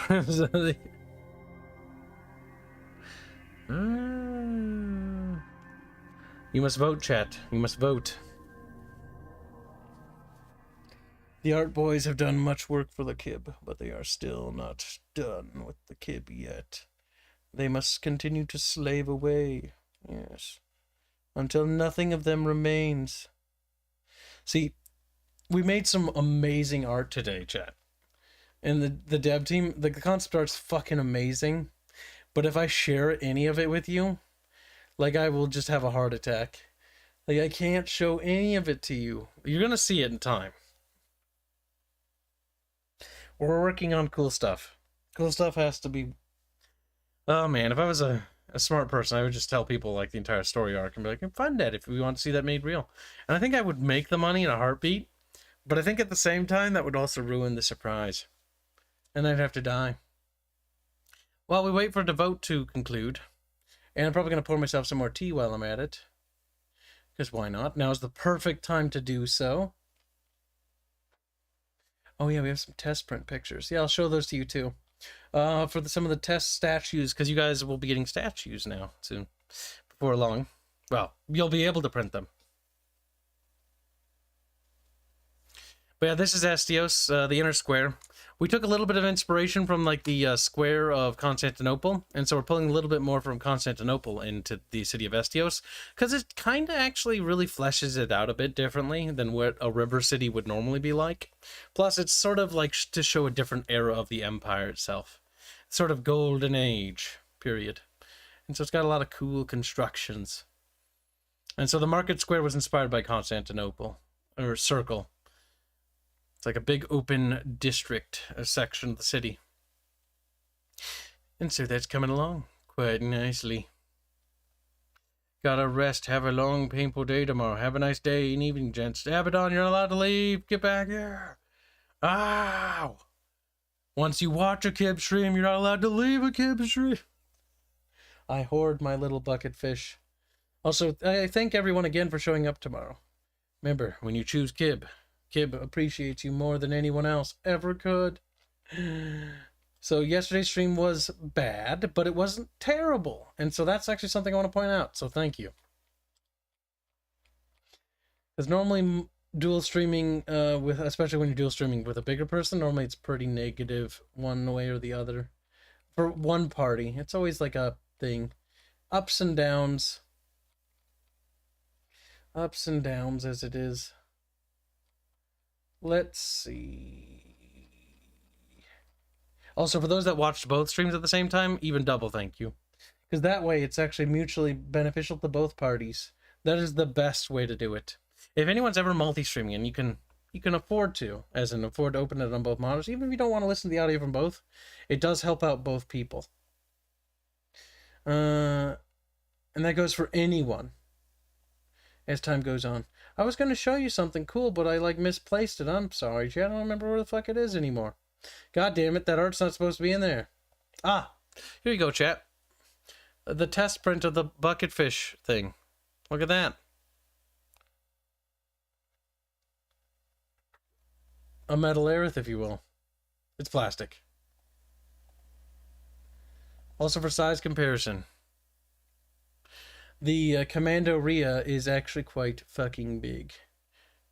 Like, the little bucket fish one, that's actually fairly tiny, all things considered.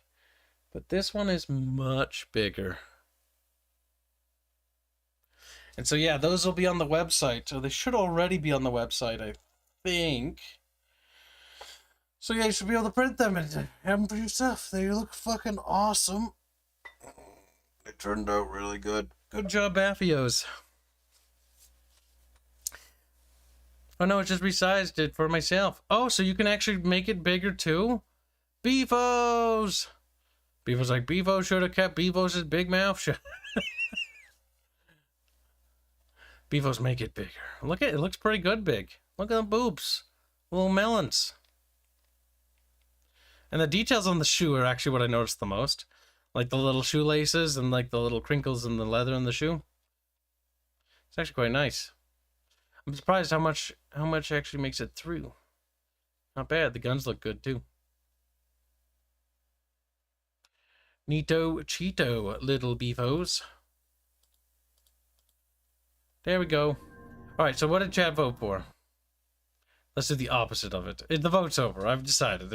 It's gonna be like one-sided. Yeah, basically. It's authoritarian. Why did I even bother? Like, I could just guess what you guys are gonna want. Like, you're so predictable.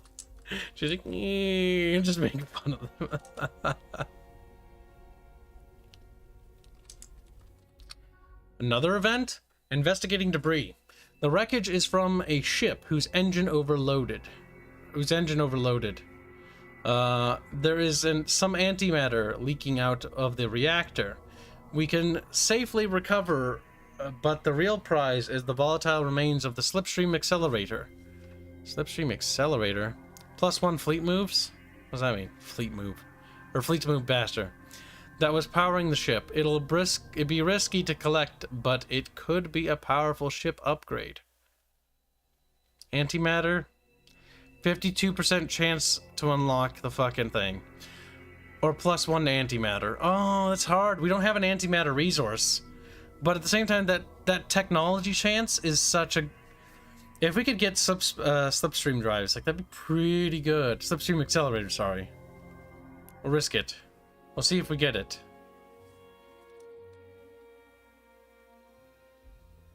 We have an ideal... Okay, so... This is the ideology stuff. So we have different things, and the more actions we do in certain directions unlock different things that we can get. So we got cooperation. Your people are eager to explore the stars and move, more importantly. No. Oh, just a free colony ship? Meh. High persuasion, efficiency. You can make cost reductions. Global income, +2%. Research and manufacturing. You can take the life of a slave, but richly reward a man, and he will give his life freely. Where there is no vision, the people perish. Well, technically it's not freely, I'd like to point out. Commune? Oh no. We measure the success not by personal achievement, but by the growth and happiness of our neighbors. Rolled with 50% approval, get 15% growth influence. Compassion, kindness, +1 to diplomacy. That's good for diplomacy. Innovation, Eureka. Approval boost after discovering a new technology and +30 to research. That's pretty good. +50 control. You know, we're gonna go for the Eureka. Technology.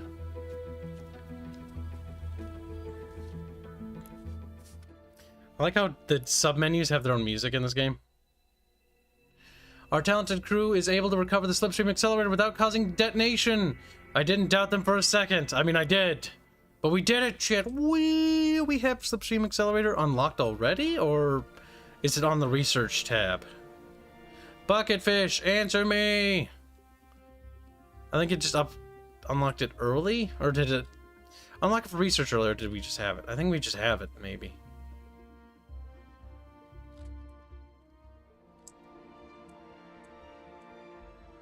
Oops, map's upside down. I was like, why does the map look weird?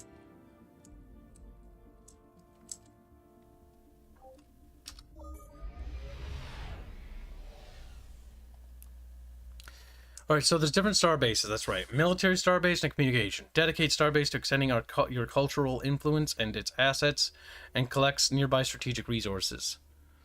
Focuses star base towards mining, gives a collection bonus to nearby... well, that's the bubble that in which it affects, so we want to move it one up. There we go. Or no, we want to move it a little bit up because there's more resources.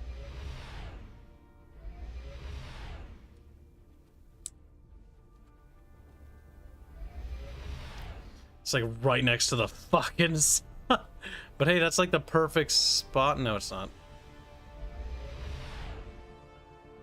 That's better. Maybe it'll affect that.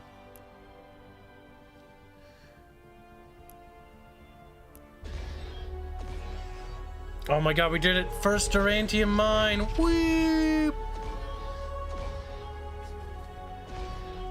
I do like the CG cutscenes. More of that, because that's actually fucking cool. Our miners have returned with a load of rocky debris laced with a telltale flicker of silvery gold, Durantium. More dense and resilient than anything we've seen before. A steady supply will surely lead to new breakthroughs in ship design. And we got our starbase event. First starbase. Our people have built permanent structures in space before, but nothing like this. This starbase is an extension of our very civilization. Everything we do, everything we are, can be found here. And from it, we will surely extend our civilization even further. Starbases are pretty important in this game. Okay, so you can build base modules and stuff. Decommission.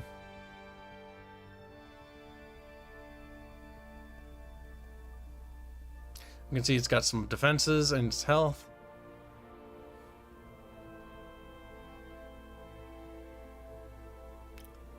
Okay, we can't build any modules because I don't think we have any unlocked.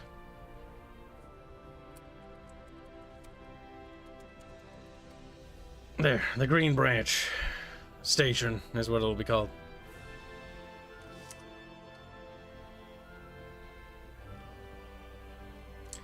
Okay. So that Durantium stuff isn't too bad to grab. That will extend our influence, but is it really worth building that there when I could build that there instead? I'm gonna lean over here, actually. And then what we'll do instead is we'll send these asteroid miners over here, because we'll take one of those planets to get those asteroids. Yeah, so far I'm digging the narrative aspect of this game. That was something Galactic Civilization 2 always had, was the narrative storytelling of the game itself. It felt very immersive. Speaking hard, speaking difficult today. What happened to Beefos? Did Beefos die? No, Beefos didn't die. He's just hiding. I thought Beefos would have said something. But he's just a can. An inanimate can, Chad, I tell you what. Okay, I'm going to share with you something that was drawn today. So we have a... I don't know if you know this, chat, but there's a fucking running gag now in the dev team that Carlos is now Cartiny, because Show got called Tiny 1, and because Show was like, no, I'm not the smallest, even though she is the smallest person. It was her fault for asking. She decided to ask everybody what everyone's height was. And then it turns out that the Vietnamese lady is also the shortest person on the team. Like, it's not a big surprise. And so Carlos, despite being a literal giant, is now called Cartiny and is a tiny person that wears a mask. It's a tiny... The worst part is, one day he's our art director, and he'll be brought on to the fucking thing. I gotta show you. Where did I put it?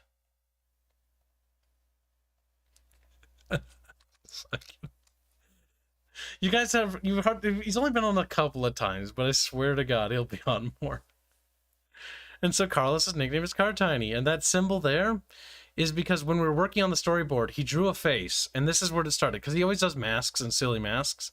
Well, he drew that, and that was like this facial character, that was the expression of a character in the background, because he was just sketching it, and for whatever reason, everyone thought it was funny, and so this has gotten out of control, and this is what Carlos has become. Oh my God, I have not seen this one. Yeah, I only showed it to Carlos recently, but yeah, that's Carlos. He's our art director. He's a bit special.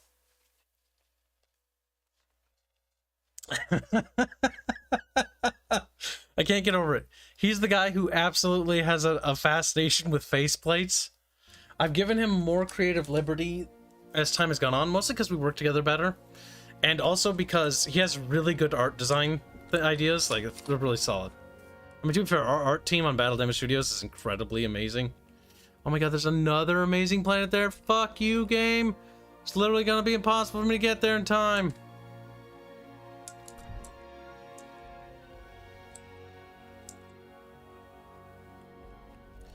Are we almost done with that colony ship?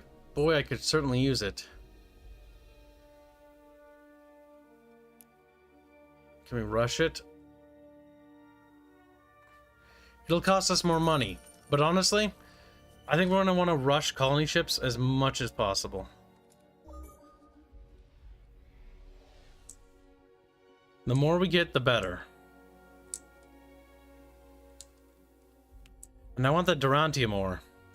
So I'm going to make a mining station here.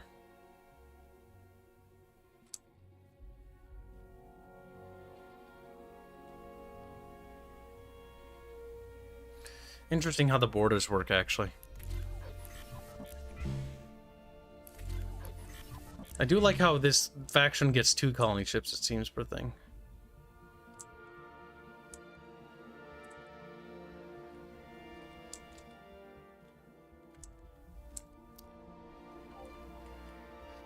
Alright, so this colony ship, there is a...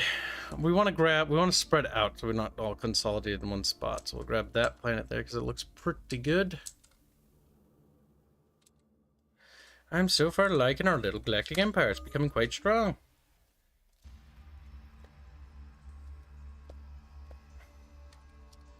What's this?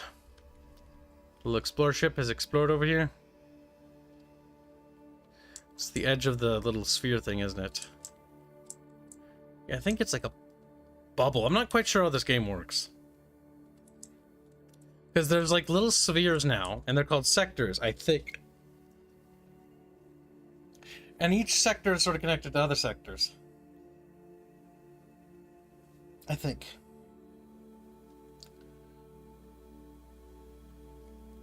It reminds me of Rocket Man. Yeah, it did. I just saw the eyes lol. Yeah, they're beady. Mask face look like he is pleased with himself. That is very Carlos. Like, dips on a missile frigate. So Kibs, you say you're a strong empire. Where's the military ships? I have 2 of them. Like, wow, it's very impressive. I think ever since I put a fleet above Semper Tantrum, like, they're approving more, because if they don't, they'll get blown up. Well, that'll teach the little shits.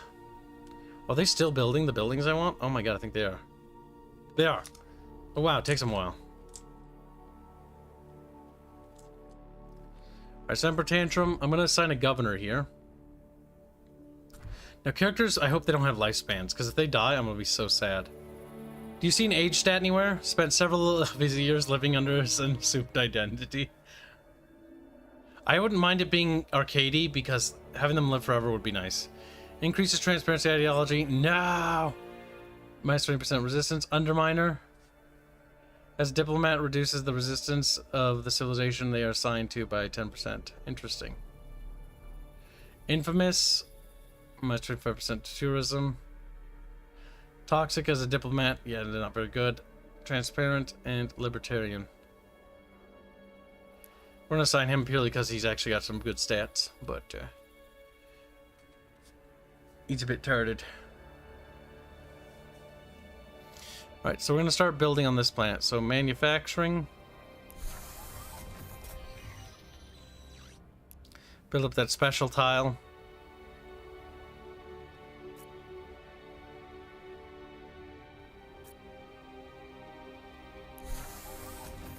Okay.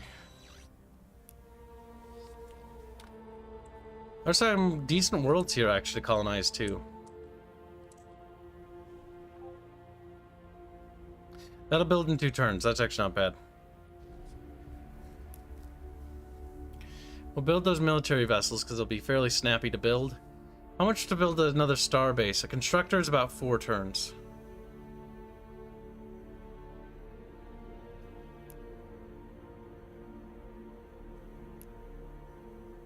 Oh, these are the supply ships. These are new. Okay. Hauls in refined goods to another colony, providing 75 manufacturing points. I'm not sure how the supply ships work. I don't remember. I'm gonna build another constructor. I'm gonna build 2 of those actually, and another colony ship. So the little arrows going inwards, they're feeding that planet with the resources there, right? This planet, Semper Tantrum, isn't feeding anything. This planet is being fed by those mines. That star base is being fed by those mines.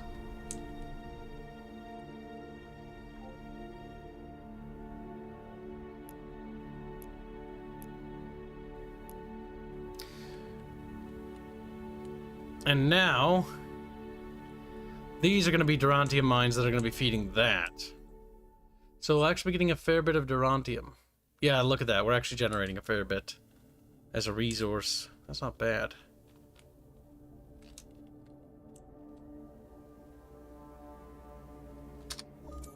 I think I'm figuring this out, chat.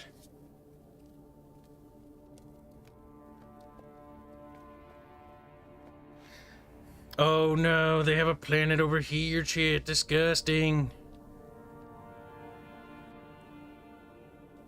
That's okay, we're gonna bypass it.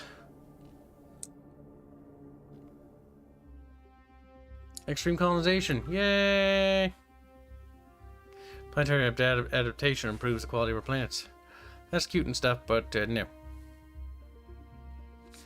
Freighter? What the fuck does a freighter do? I thought supply ship would be like what a freighter is. Is that like just a better trade licenses, max 4?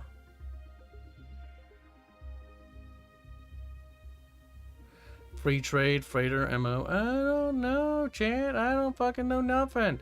I barely know what I'm doing. I'm getting more confused the further I get in the game. I don't know, trade sounds good, I guess. Fucking help, Kib is scared. Alright, so what is that?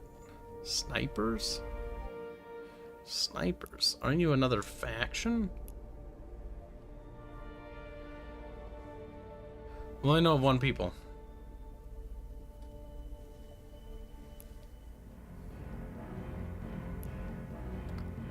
They don't like me any more than I've known them.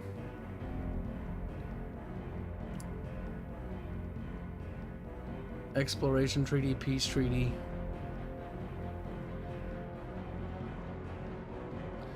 Must know the other civilization for at least 20 turns. You've known them for 16? Okay. It's like, you know, that's rude to ask for that. Oh god. Kibbo's definitely not good at game. Definitely has that feeling now. I've spread myself too thin. Like pastry over too much butter. No, wait. Like butter over too much bread. There we go. I got that one wrong. Oh, those are neutrals. They're gonna try to blow me up, aren't they? I'm gonna leave. I'm gonna leave. I'm gonna leave. I'm gonna leave. I'm gonna leave.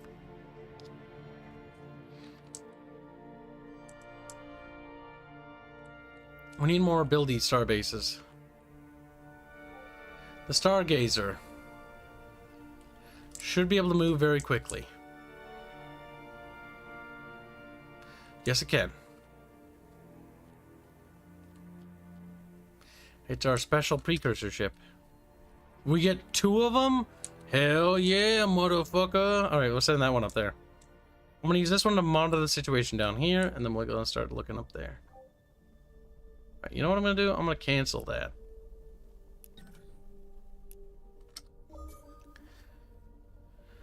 My God, Chad, don't you fight me, you little sassy fucks. Like, but Chad just made it a bucket. It's like, shut up, you little shits. Pastry over too much butter. Kibs, I think you need to look at your health habits. No, it's a quote from fucking Lord of the Rings. Like, where, what's his nuts? Bilbo's like, I feel like, you know, bread or butter over too much bread. Or spread over too much bread or something like that. Referring to the fact that he's feeling old all of a sudden. Like he's starting to feel the age creep up on him. Because the ring has been now postponing. I think Kibs 2023. Therefore I am.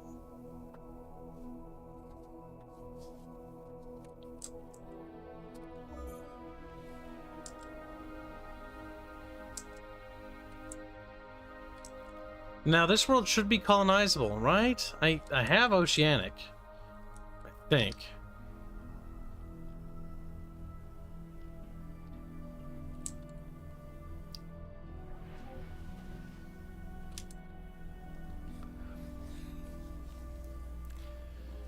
We need more planets. We need more planets. We need more stuff. We need more stuff. Red power. Red power. Red power. Red power. Red power. Oh, I can't shift key orders? That's sad.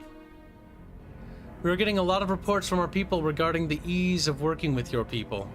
The open border treaty that exists between our peoples has greatly improved commerce and relations between our citizens and yours. We're glad to hear that.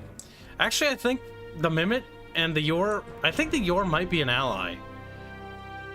Swear to God, if in like 5 turns I'm at war with them, I'll be fucking mad. I'll be like, nah! Honestly, I have an idea. I have something else in mind. We accept your expression of friendship with that value is worth. We hope our relationship will grow even in the future.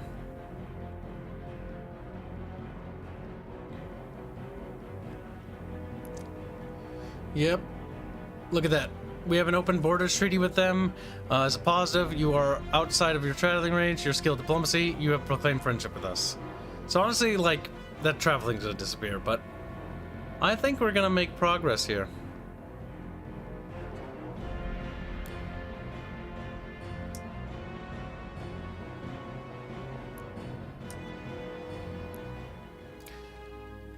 Now, the Yor might be a good potential ally. Purely because they're more military than we are, and if we can befriend them after enough time, chat, we can feed them resources and they can actually end up being our military arm for us. Like the fluffy, imagine that, right? Picture this, close your eyes. The fluffy mimits, don't close your eyes if you're driving, you muppet. The fluffy mimits, okay? The fluffy mimits with giant cyborg, or not cyborg, giant robot friends that kill everything. Like that seems like, that is my headcanon. That makes sense. That's how this was supposed to be, as God intended. Oh no, they took that world before I did, those fucking assholes.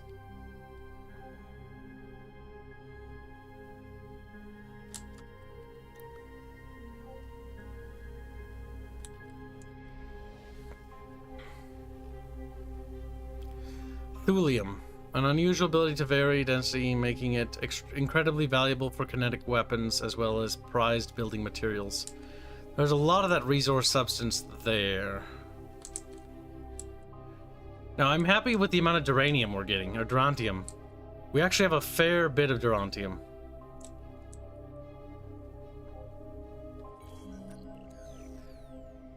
Grug here. What Grug missed? Grug missed most of the stream. Grug like Grug sad. Grug depressed. Fucking supply ships sounded like they moved your industrial capacity to other planets that you own. That's kind of what it seemed like, but I'm not entirely certain. And they don't look... Yeah, because the one thing you want to do in this game, if I remember right, is you want, like, certain worlds to be the industrial hubs of certain regions, and then that hub has a star base, and that builds the ships in that region, and then there's, like, a series of solar systems connected to another hub, because the more stuff you connect to a planet, the more resources, correct me if I'm wrong, increases its like output or its capacity, and so ships are built faster, if I remember right. Let's see. Coconut tackle. Let's see. A sudden increase in storm activity on Coconut Taco has dramatically increased the weathering of the seals on your colony buildings. A new generation of self-healing seals will help minimize the damage, but replacing them all could be pretty expensive. What are your orders?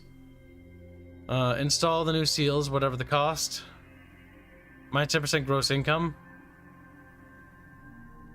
Increase to 2 minus 10 gross income. On this planet or on like general? Equality. We can't afford what that... This is what the colonists signed up for. Pragmatism. Honestly, yes. Fuck them. Like, the thing is, our race breeds incredibly fast. Like, that's fine. They will make enough babies in like a few turns to basically overpopulate.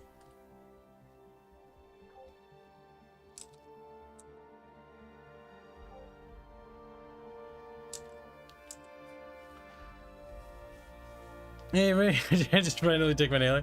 You're a planet. You're way over there now. Alright, we're not doing too terribly. This station could also use a name. It is giving us 3 Durantium. This one will be BR. Station BR. Another mining station. But, again, mining stations are the heart of our empire. They produce resources. Resources. Good. Alright, we'll set them to sentry. We have some warships, but not many. Set that to sentry. Gotta wait for its territory to expand before I can turn those into mining asteroids. You know what? Let's explore up here. We'll use these for scouting. If there's another planet, because the only way to find out that planets are orbiting is you can only see part of the ring of their trajectory and how they orbit a star.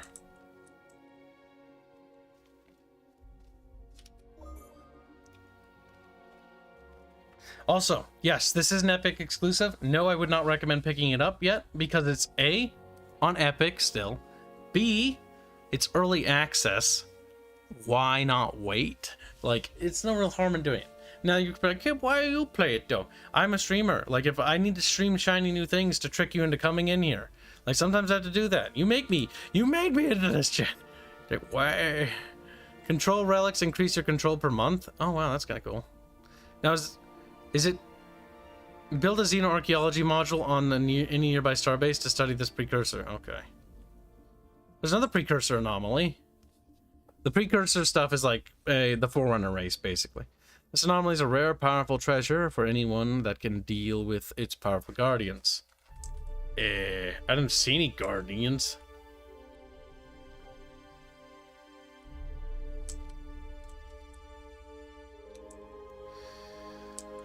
Alright, so we more or less know about what's down here. So it's time to start scouting up here. So let's turn our scout up there, and this colony world, like, we're gonna have to I don't know. You know what I'm gonna do? I'm gonna colonize that world over there.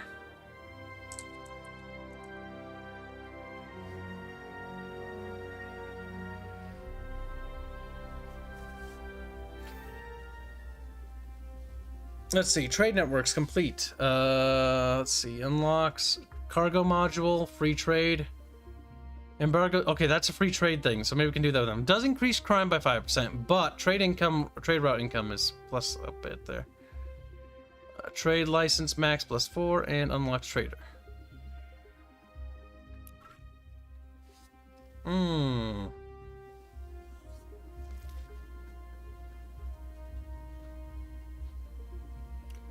Allows us to put our citizens to greater use.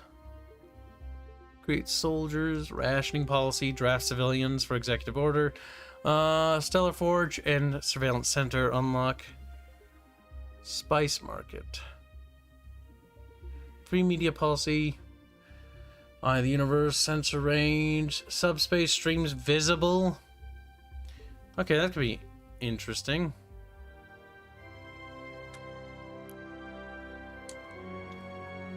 We'll do the treasury thing with the control points we have because we could use more money. Other civilizations are eager to trade, which will benefit us. Each trade license. Oh, show me. We have a new ship now? I don't think so. Or no, the freighter. The freighter is used for trading, if I had to guess, between different nations.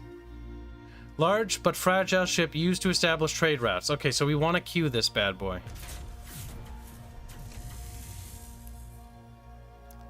I'm going to cancel that. I'm going to rush that in production because I have the money to do it. And then we're going to try to establish a trade relationship with the Yor, because the sooner we start buttering up to them, we'll focus on expanding up here and start focusing less on boxing them in. Because if we start viewing them as allies, we can basically buddy up to the Yor and we'll have a good friend and time goes on. Now, I'm saying this now, so in the future, when future Kibs is being bombarded by the Yor and sieged by the Yor and invaded by them, it's not my fault, okay? Present Kibs wasn't aware that future Kibs would have to deal with this problem.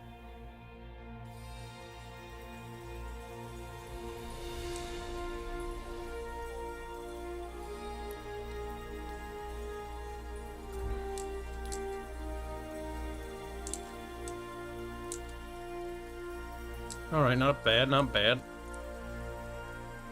So we're going to send this over here, because we're not going to be able to make use of these asteroids for a while anyways.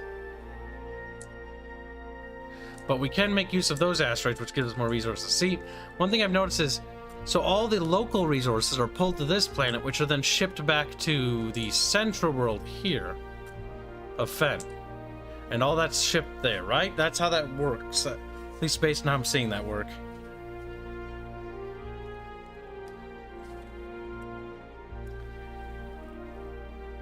I think. I'm not quite sure, to be honest with you.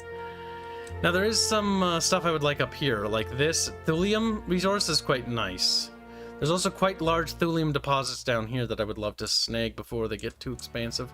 So I'm going to want to produce more stuff. Alright, we got our... What's this? Freighter ready? Freighter, yeah. Alright, what I'm going to do is move the freighters off this tile. Oh, I got a free freighter. Yeah, from doing the research. Alright, so let's see. We can go to diplomacy, go to the Yor. Let's talk to them. Speak to... I have a trade proposal. Okay, no, it's not here, is it? Trade networks. They don't have it. Maybe we need to give it to them. As like a gift. You know, this is going to be my nice thing for you, by the way. That was a gift. You better be nice to me. I gave you a token of happiness.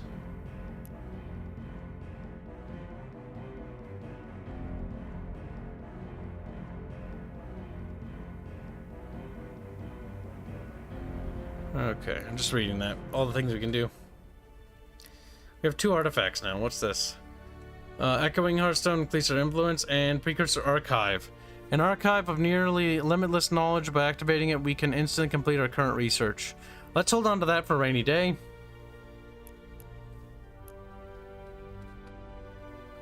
We need to wait to use this one, because we're going to need to become friendos with them.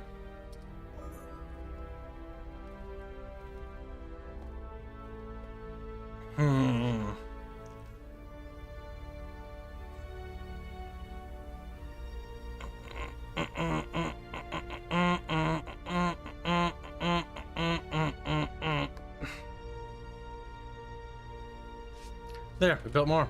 Wow. Wow. We've got like 2 of them. 3 of them technically. Look at that.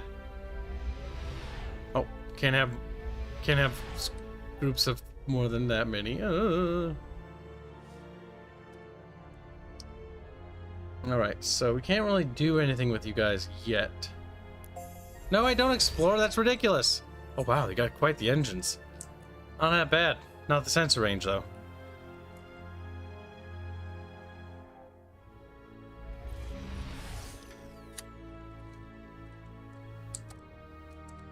Omi stars with a Z.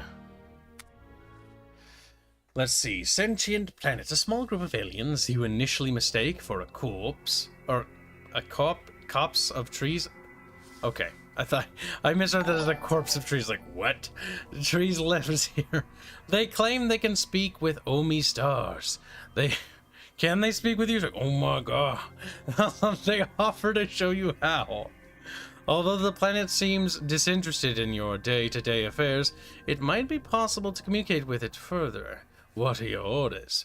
Begin communicating with the planet. Ask it how to best live in harmony with it. We get bonus to farming. We'll get authority there from that. Wealth.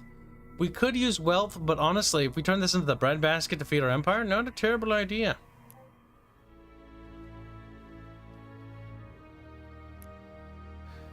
You know, when I have money for a governor. Temper Tantrum donates $3 a night, Kib. If you bomb my planet, the insects on it will breathe your cheeks. #1. Thank you for the donation. It will not be I who bomb your planet. It'll be the bee boops. I will sentry this. Look at that. We are growing as a large, powerful empire. Our power is weakening, brother. Brother. It's okay, though. We have 3 core worlds and 5 colonies. So, core worlds are dictated by the big bubbly boo around it. And colony worlds are dictated by the little boobly boo boo around it. Just like, yeah, boobly boo. Boobly boobly boo. You know what I'm talking about, boobly boo. Meh.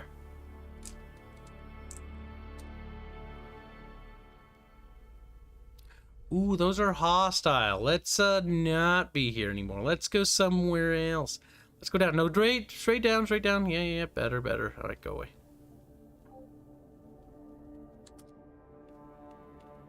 What's this? It's another fucking space dragon. We'll rename it.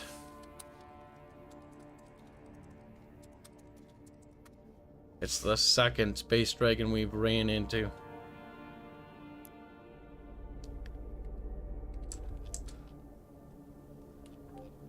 Alright. No colonizable worlds here, though. A bit unfucking fortunate for us, to say the least. I'll check that star over there. Lord of Opossums has gifted a generous 5 memberships. Thank you very much. Say thank you, chat. Be grateful, chat. Look at that.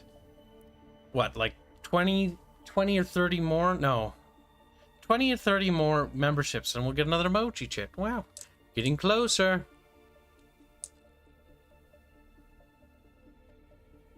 What am I waiting for?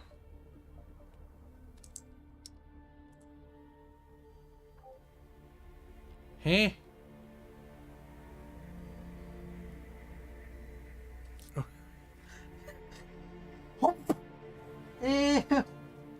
No.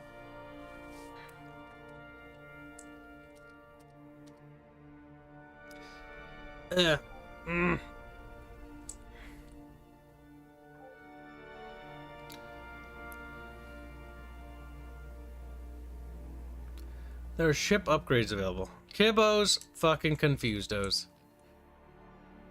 Experimental technology.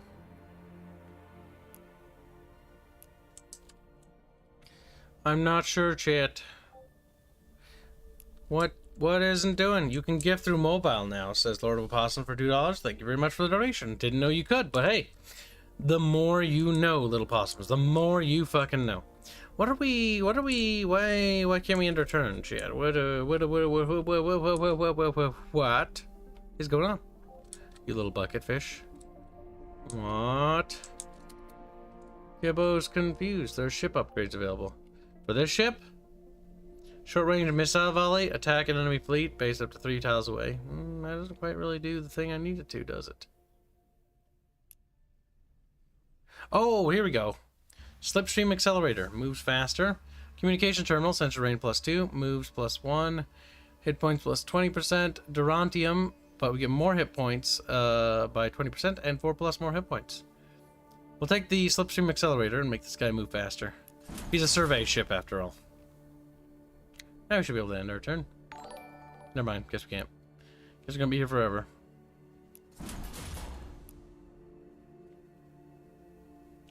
Oh my god, help, Kib is scared, I don't understand. But I upgraded this ship. It's super fast now. Eh? I thought I heard more donation sounds, but I don't see nothing. That's weird. Maybe it was like delayed pop-ups or something. Sensors and speed are the best for surveys. Yeah, that's definitely what I remember. I've played these games before, so I have a little bit of foreknowledge. GalCiv 2 was the last one I actually enjoyed. We're playing this incredibly passively, but that's also because we're not the race I normally play, or the races I normally would play.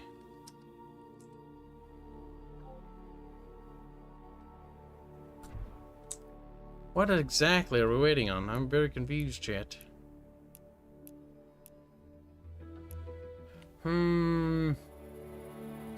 Well, your surf ship looks like a Beyblade.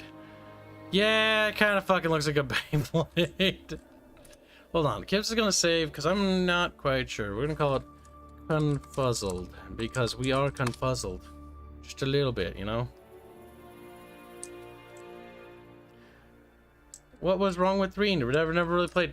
3 was just disappointing. Like, it took forever to be developed, and it was so bare bones compared to 2. And, like, the interactions between the AI and you just felt like nothing. Now, I'm already enjoying this a lot more than I enjoyed 3. By a fucking significant margin. I have not played 3 since all of its expansions came out, but... meh. You know, meh. Don't, no, meh. I don't really want to go back to it. It's old and sad now. I'd rather go back to 2.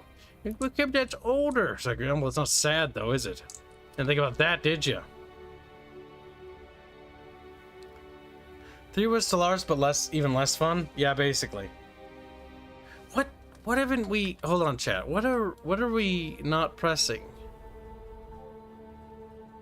I've upgraded the shit out of the ship. I don't think I can upgrade anymore. No, don't decommission it in the middle of flying. You know what happened to the crew? They'd just be like, ugh. They'd all fucking die. I'm very confused. Did we try loading that? Did we try loading? Did we go through loading screen? I think I did. Creating simulated universe within simulated universe. Wow, it's like a fucking paradoxy little shit. Galactic Civilization is one of my favorite 4X games of all time. Or, well, series. Even though I only played the second one. I played the second and third one, never played the first one. Second one was my favorite because I loved... Man, it was so fucking cool. When you do an invasion of a planet, it would show like an army like landing on the planet and like charging at the enemy. It was so cool. It was derpy, but it was cool looking. And then 3 didn't do that, and that was one of the reasons why I didn't like 3. If I invade a planet and I don't see like an army attacking the planet, like I'll just be sad. I will be sad like I was back then. Like I'll be sad. I'm gonna be sad, chat. Like it's just gonna happen. Gonna be fucking sad. I just can already tell.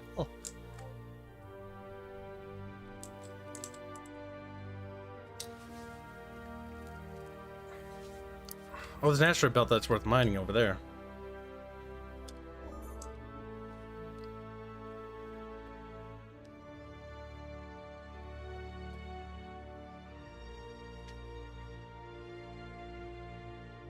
Oh, now we can end our turn. It was a bug. Okay.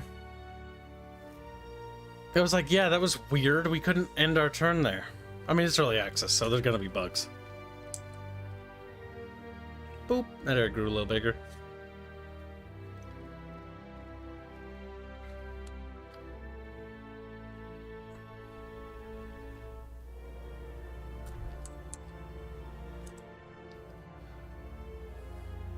We're making progressively more money, but not by a lot. Oh, I can't colonize that planet. No. Where is it? All right, well, let's take a look at the technology chat. I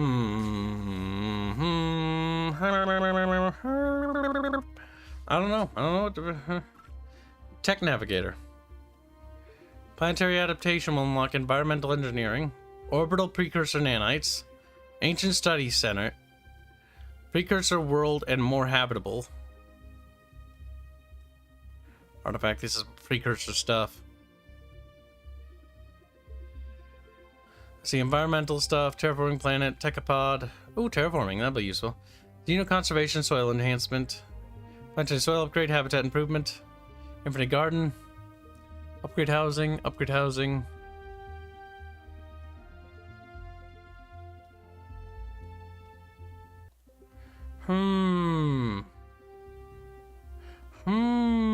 I don't know. Oceanic worlds. Yeah, I got that. Huh. Mega confused. Oceanic. But can't colonize on it. Well, I'll colonize here so that we put that in our bubble, I guess. This will be Falco. He's like, oh, I'm over there, little colony planet. Oh my god, it feeds this planet all the way over there. Fucking Christ. Oh my god, that's funny. Alright, I got myself the downs. The Debbie downs.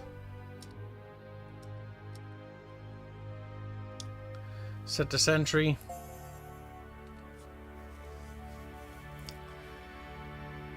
Well, Blondie will be here in an hour. We'll be playing Warno. Warno, chat. Wee.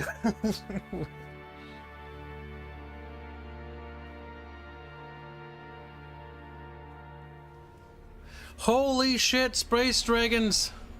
No. Did you see how many fucking Space Dragons there were, chat? Holy shit. There's like a flotilla of them. There's like a billion of them.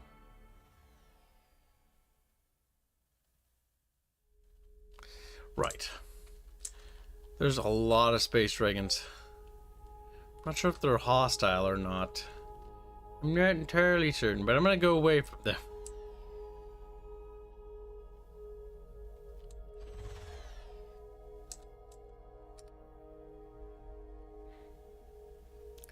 Well, now what? We built that, so I guess we just look at it. Drag to place improvements. Okay. Bucket fish, you little shit. So these are new little buildings we can build. A garrison. This is our fucking homeworld after all.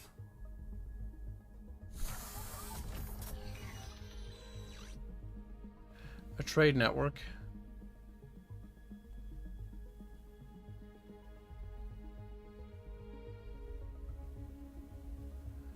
Industrial centaur. Hum.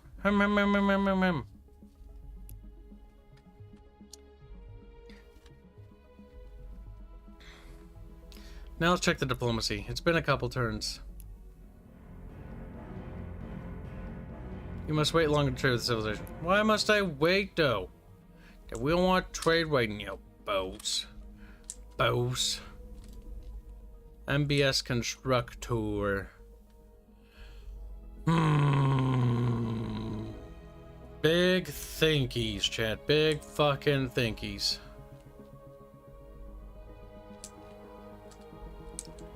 Well, there's that resource over here we want.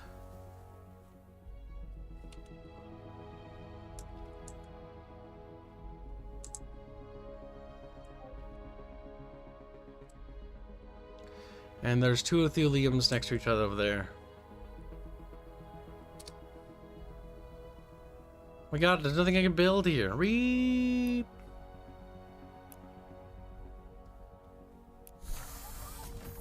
Did I build something by accident?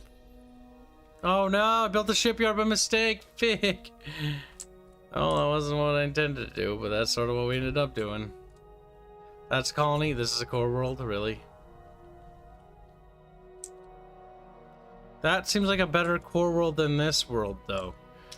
That doesn't make any sense to Kib. Kib's just sort of confused now. This world is way less developed. Strange. Or maybe colonies grow into core worlds. Maybe, I don't know. Or maybe core worlds are based on the distance to your homeworld. I have no idea. I'm just sort of throwing like rocks at the wall here, chat.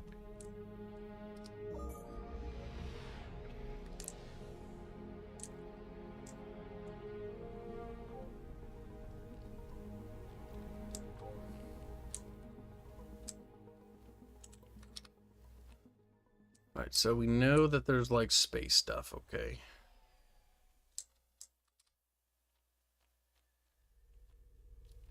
We're just gonna avoid those things. Sort of like, you know, dead a little bit. Just a little bit. It is connected to your starting world via the influence. That might be it. Oh, okay. I thought you knew. Damn. Well, I'm gonna figure it out.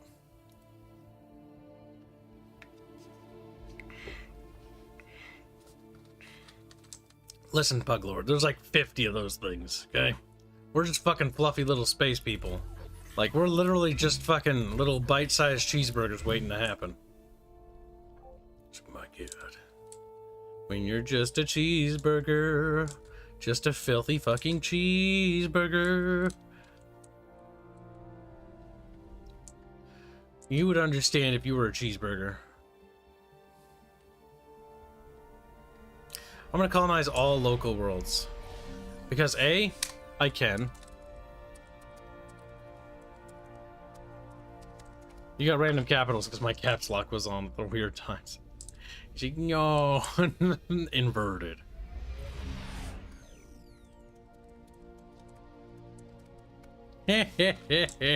Got him. Fucking destroyed Jaconis.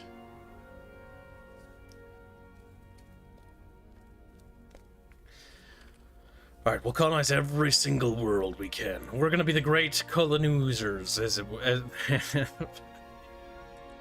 Leave me alone. No. We're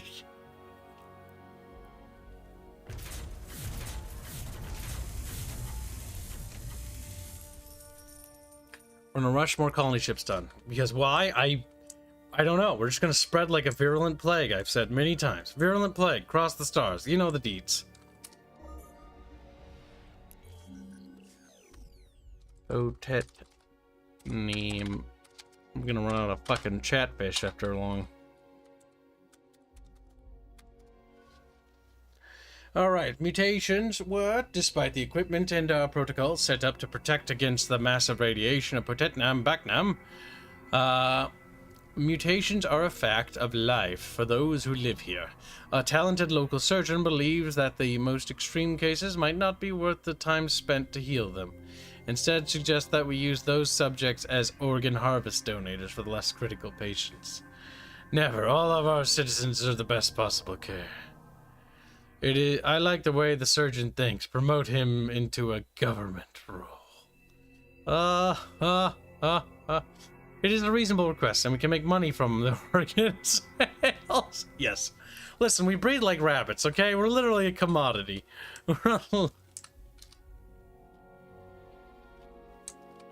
It is not I who am at fault for the way our people are. It is our people's fault.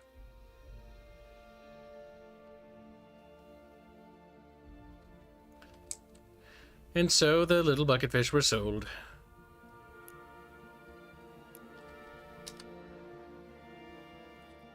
Alright, we're gonna literally colonize everything we possibly can. Any planet, every celestial body. No, that cool precursor ship is gone. Oh no, it lived. Oh my god, I'm actually depleting the population though. We need to stop building colony ships. Oh no, Chad. We're actually not breeding fast enough. Oh shit. We're gonna like slow down the colony ships. Okay, we'll build 2 more, but like that. Then we're taking a break from building those, and we're just gonna build like 1 billion. We need to clean up those enemy ships, okay?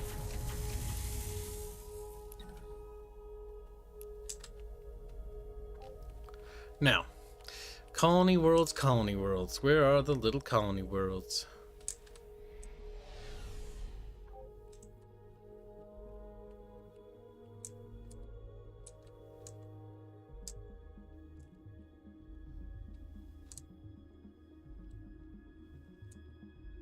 We don't have very many good world quality, do we? We got like little poopy worlds everywhere. Oh no.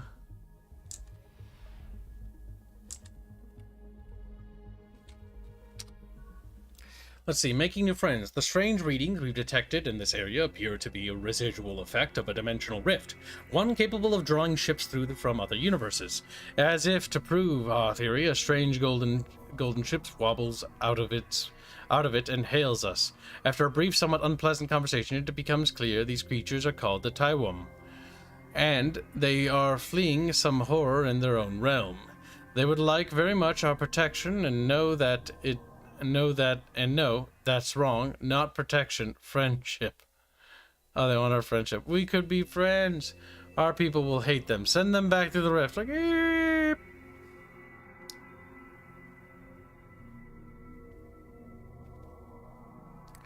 We love new friends. Promote them into a powerful position. Free Taiwan leader. Bring you some friends. Gain 2 Taiwan citizens on Fen. Actually, we could. We could turn them into colonies. Alright, looks like colony ships are back on the fucking menu. Expedite that bad boy. We will cover all the stars and little planets. Little fluffy people will spread. It'll be glorious. Damn you, spell check, as he misspells it. You mean the furry emperor? Ugh. Listen, I prefer to think of our people as little space burgers. Floating little space hamburgers. Sliders, if you will.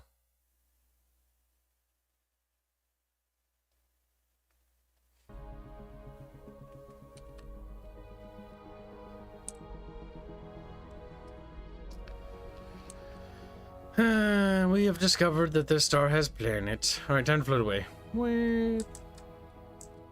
So far, not too bad, though. I'm not sure if, like, this is the optimal way to play. Colonize everything. But I think it is. Like, everything feeds this world, and that's better, I think, in the long run. More stuff, more things. I don't know. We're trying, chat. We're not succeeding, but damn, we're trying. Oh my god, they look retarded. Alexchenko, Neil Adson.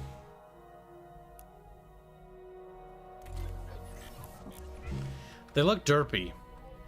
Their race or whatever.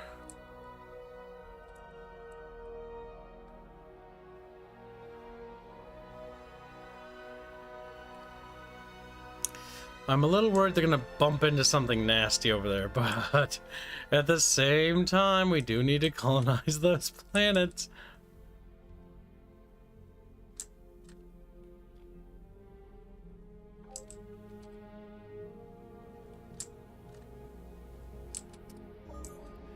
Alright, our little colony ships are off, chat. They're off.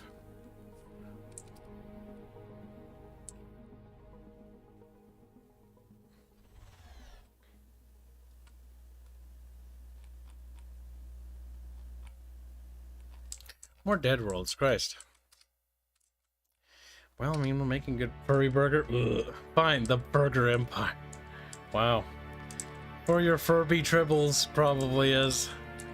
They're basically Furby tribble people. That's what they are. And what's this? Ah, you're ready to set up your little spiely-beely.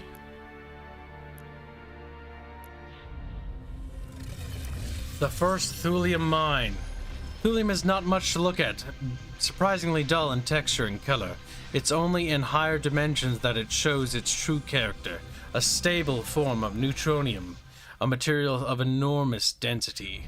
This will be a vital component for any number of new systems. Alright, very good. We have our first neutronium, whatever. Hey, the bubble of that's getting bigger. It might have been enough to encompass multiple of those.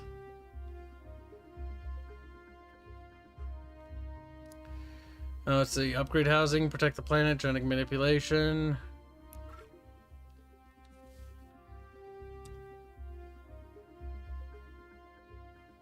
Mining missions, industrial goods, exotic mineral mission. Starbase Refinery. That sounds worthwhile.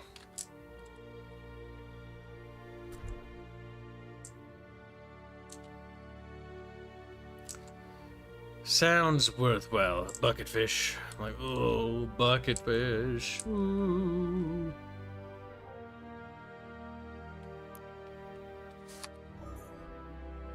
No, Space Dragon! Wait, we won? Holy shit. Fall of the Space Monsters fleet. 15540. How many of these are there? Oh, our precursor ship's a little bit banged up. But it has guns.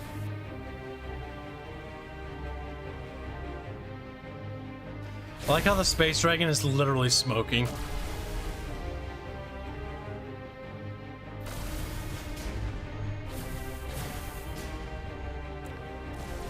Pew, pew. Oh my god, it fucking exploded. Our spaceship needs some urgent repairs. These little fleets of fucking dragons in the north need to be destroyed, though. I think our ship won't survive another one. Dimensional snare. A creature was forced out of another dimension and trapped in ours. We could release it, but it may go after us as well. Spawn a minor space monster.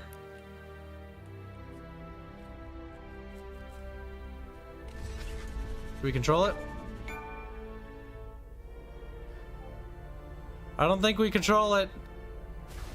Oh shit! Oh my god, what have we done? We have to watch that.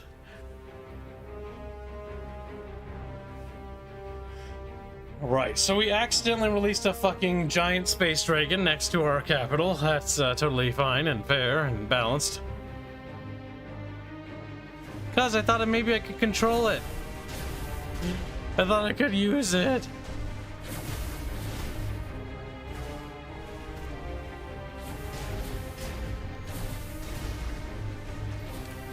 Oh, we got missiles though.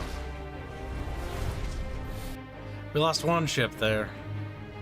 We almost got it though. Is it out of ammo or something? Why is it firing more?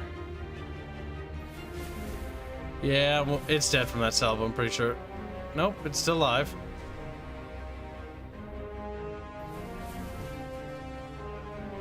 Now it's probably gonna be dead soon. Soon. He's burning up, Chad. He's crispy. Well, we almost got him. Now, one thing I will say is the freighter should strategically fucking relocate far away from that.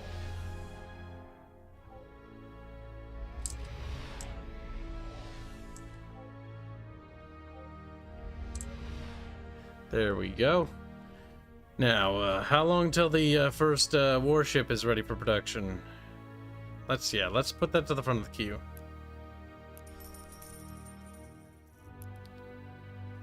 Actually, if that's the case, we can do that and build that instantly one turn.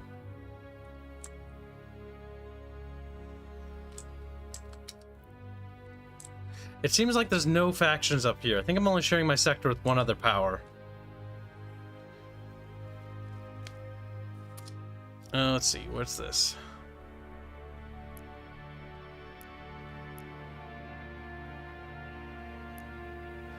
There we go. That's pretty good. That gives us some thulium there.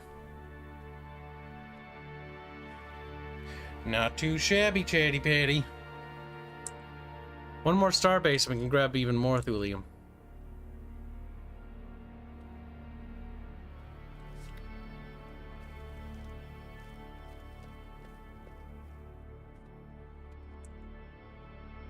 Starting new month? Yeah, you bugged out again. No, you aren't. I just want you to understand you communicate by pushing air through a piece of meat that is located in a hole that you call your mouth. This is a PG rated discussion. In other words, probably best not to explore the details. What? I just want to understand you communicate by pushing air through a piece of meat that is located in a hole that you call your mouth.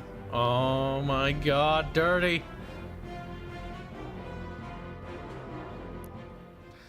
That was a random conversation, but you know, I mean, you know, he's curious.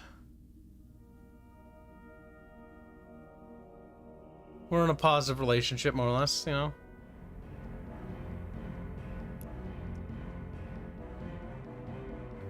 Is there no other way to, like, trade with each other? Maybe I don't understand. Exploration trading. Let's see.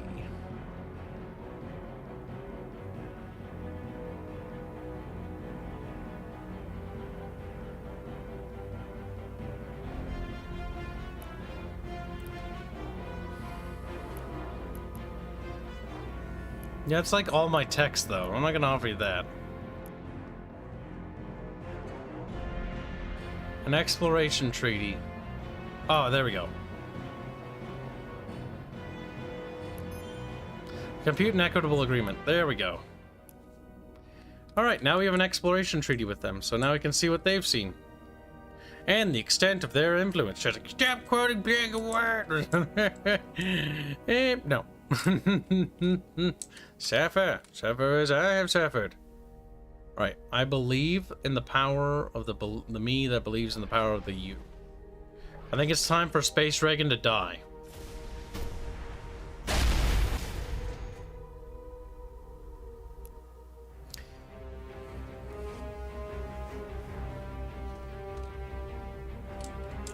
The camera movements could use some serious work, in my opinion.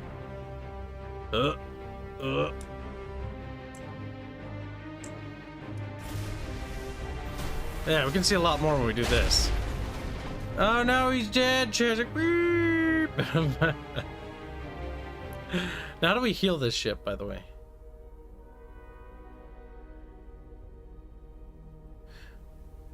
Okay, that's cool that it actually remembers certain battles from previous turns for a while. It'd be cool if we could save historical battle sites, though. Like, they'd have, like, wreckage from, like, a massive battle, and you could, like, you know, loot it and stuff. That would be something to do. Oh, boy. What's this? You're a freighter? Do I just click on other planets? Like, will they just trade with it or something? I don't fucking know. I mean, it's better than nothing, I suppose. I don't know what else to do with the freighters. We'll click on Plake and see what it does. Well, it ate it. They're orbiting it. But I don't think that's necessarily what we want it to do. The people here are miserable.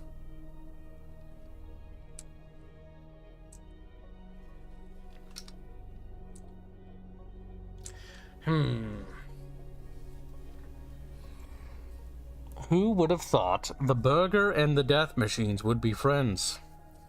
Yeah, the burgers are just trying to live, you know? Trying to be burgers. The space burgers. Oh. Okay, now I can fully see their stuff.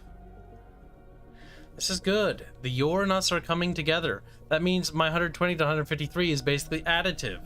Our power is greater.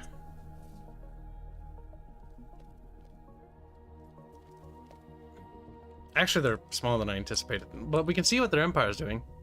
Shipyard, shipyard. Is that how the meta is? Is that how you're supposed to do it? There's like a lot of shipyards. You have 4 shipyards. I have 1. And I feel like I built too many. I actually don't know if I built enough. I don't know.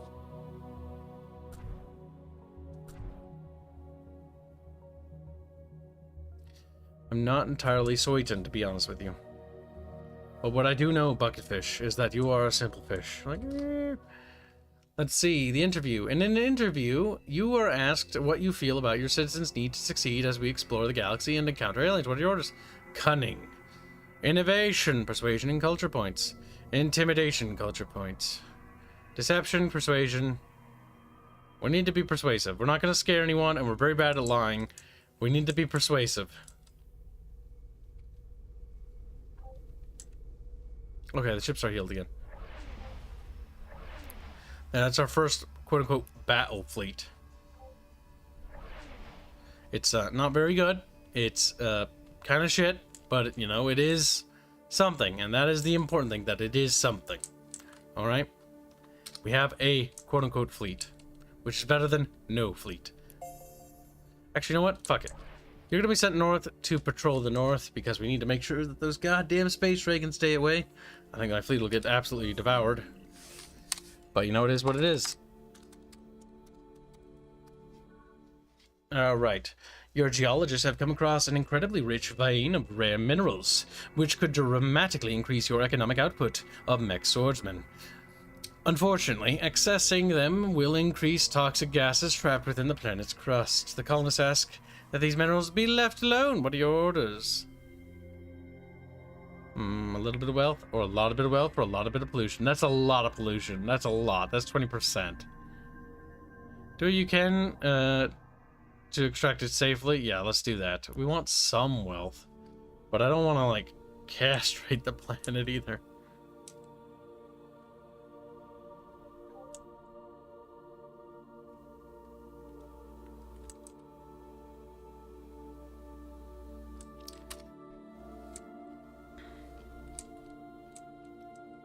Yeah, I'm pretty sure there's nothing else in this sector. We would have run into it by now, I would imagine. Oh, shit. Oh, shit, you're dead. You're so dead. Ran into another one of those clusters of bad beep boops. Well, actually, I don't forget that the AI cheats, Nicholas. You forget that we don't actually know whether it cheats and to what degree. So, you saying that we forget is completely retarded and stupid, because we don't know if the AI cheats, and we also don't know by how much it cheats. We need to see confirmation and proof. I'm just saying it cheats is more like a weak excuse, being like, it's cheating, ain't better than Kim. I could build those stockyards too, but I've just elected not to. Mostly because I think that the build speed of it is greatly impacted by the other things. Trade station.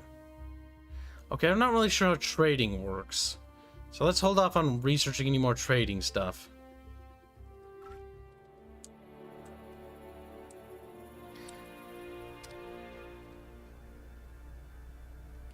MBS colony ship.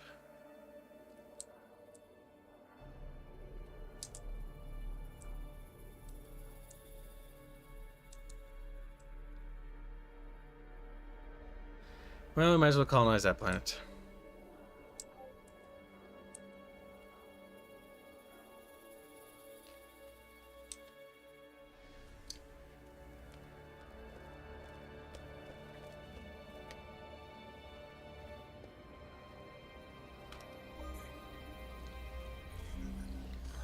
My God. Keep forgets Shatfish does not. And then he waves as a little fish. Wow. So far, we're doing pretty good, I think.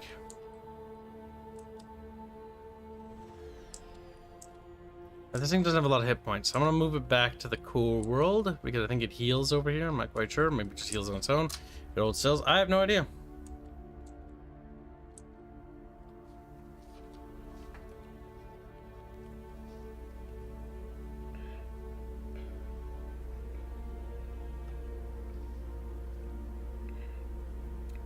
I'm ranked first in terms of influence. I'm ranked second in terms of income. I'm ranked first in terms of approval. Not very high in research, but second for manufacturing capacity. Like, we're actually doing pretty well. We have 2 first places and 2 second places. Like, we're doing incredibly well.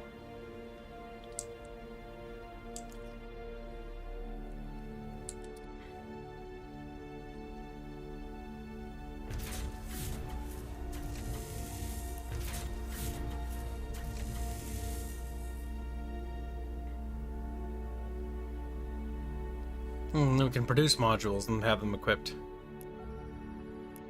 Okay. But it has like, I have become planet. That's true. The Drengen prison. Drengen are the basically like space orcs.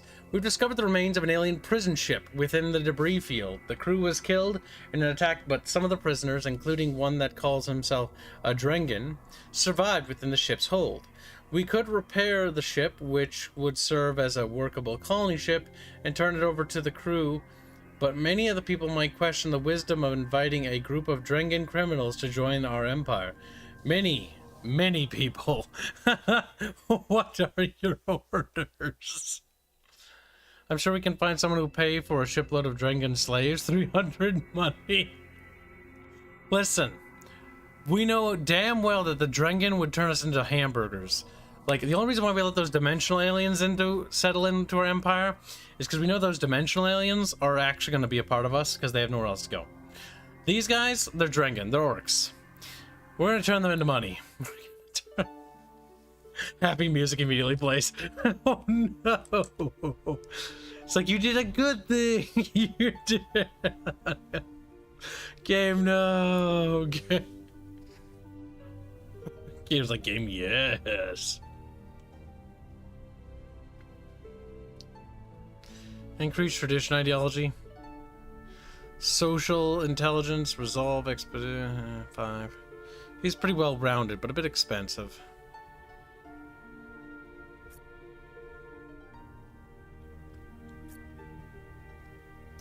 We need to boost the financial power of our empire. +1 to wealth, and that'll give us a 1 miner for building financial districts here. So we're gonna boost financial districts, and yeah, we need more building unlocked. We've got some colonial clinic stuff. These things I need to look more at. And then we have also these projects like stimulus, strip mining of the planet. So there's actually quite a bit of stuff we can actually do with these planets.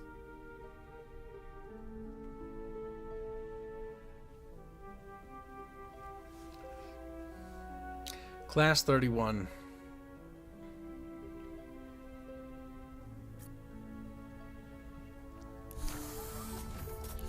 There's some food tiles. Entertainment districts will get a bonus from this area, which will improve our whatnot. What's this? A thriving reef. Yeah, I think we unlock more hexes from technology research, but the quality of the planet determines how many hexes are unlocked at the beginning. The city building in this is way better than Solaris, even though it's relatively rudimentary and simplistic. MBS Stalker.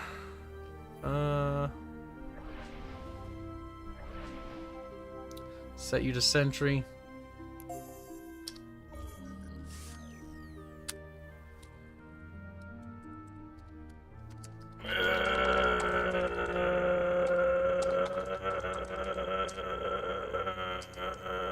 That's me trying to type.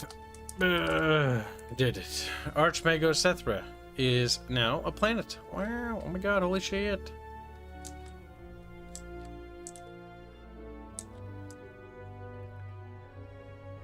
That son of a bitch is moving colony ships into my territory. I should have known he would do stuff like that. Fucker. That's okay, we can out-colonize them. The furry cheeseburger people might be my new favorite race, because they can colonize fucking incredibly fast. We could probably go faster. But our economy's not doing incredibly well, I will say that much. Though apparently it's doing... We're the second best in terms of income, so we're actually not doing as terribly as I think we are.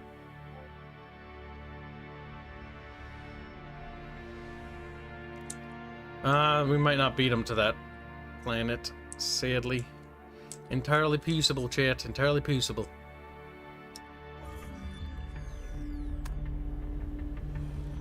Another planet? That's a research being done. That's a cutscene. Is it? I don't even know.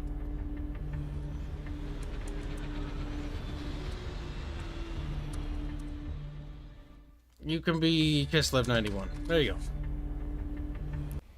How's it better than in Solaris? Oh, Solaris just annoys the ever-living shit out of me. I don't want to talk about Solaris. I have so many problems with Solaris, it's not even funny. Mostly because I find the game to be such a hollow piece of shit. Like, there's no personality or soul in the game, and the diplomacy just feels so hollow. Feels like I'm just playing the game with a bunch of potatoes. And don't get me started on the space battles. Holy shit. They're pretty bad. The worst part is, the space battles and the warfare in that game, like, it shows you what you see is not actually what's happening.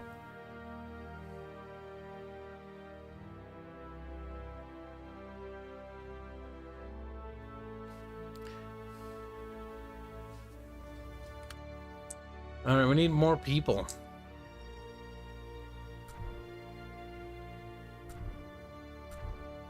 What makes these into colonies versus things? Is it just the governor that turns a colony into anything? Our income is growing rapidly, by the way.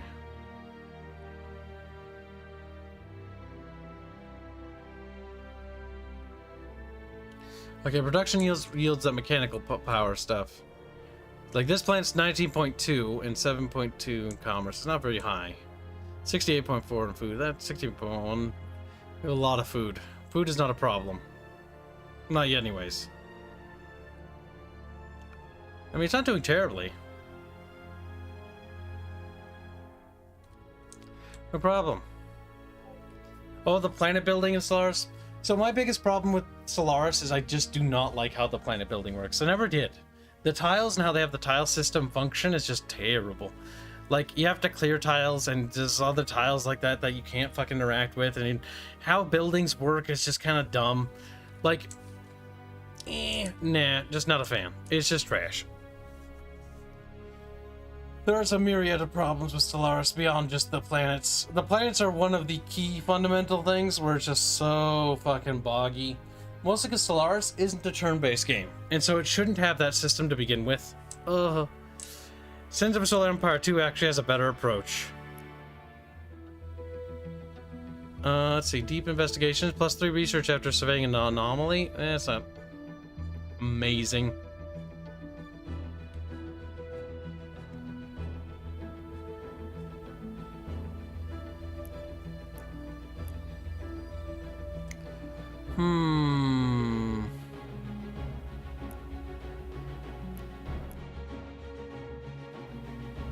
Honestly, a free colony ship, I'll take it. Mostly because it will push us down here. Cooperative is not a terrible path, honestly. To give me 2 colony ships? No, I don't think so. It's a district system now? Oh, God. Oh, yeah, no, it's districts now. Oh, it's still terrible. They haven't fixed it. They've only compounded the issue. Now, let's see. We need to colonize new planets. You know, if we leave any planets not colonized, they're gonna... Wait, where the fuck is that thing going, chat? It's bypassing... I thought we were gonna have to race for this planet. I don't think we're going to have to. I don't think they're gonna colonize it. That's a colony ship, right? No, it's not. It's a cargo ship. What's it doing? It's gonna trade with me, maybe. Maybe that's how trading works. But how do I get my cargo ship to trade? I don't understand. Or is it like a one-time use thing? I'm not quite sure.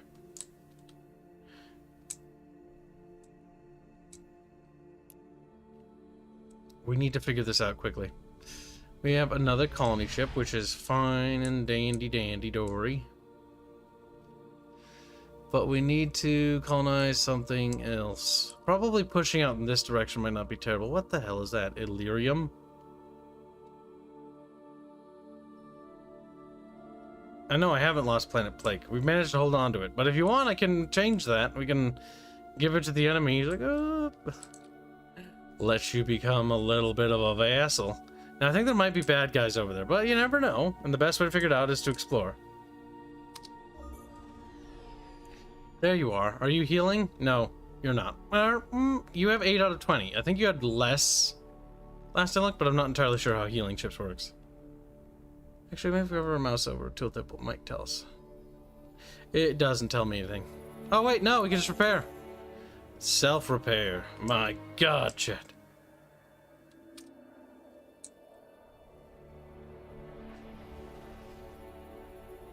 Those are just asteroids. Alright, so we're gonna have the fleet go this way. Because there's the other ships over there.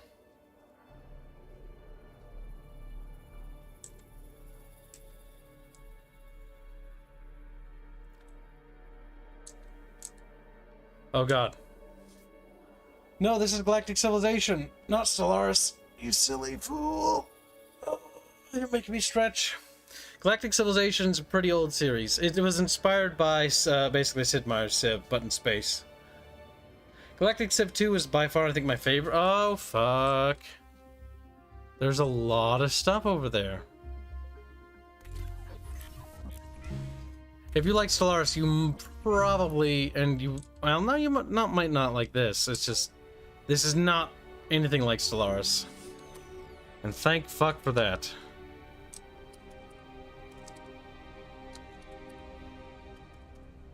Stellaris is more like Borealis. Oh, makes me fall asleep. Diplomacy, xenoanthropology, embargo, third party, and non-aggression pact. We could grab that, but we don't really need it.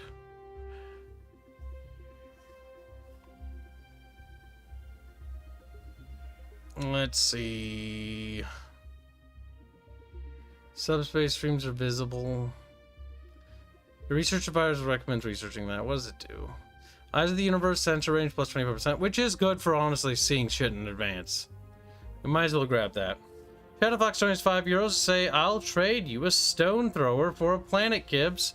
Yeah, that's true. Bubbles does owe you.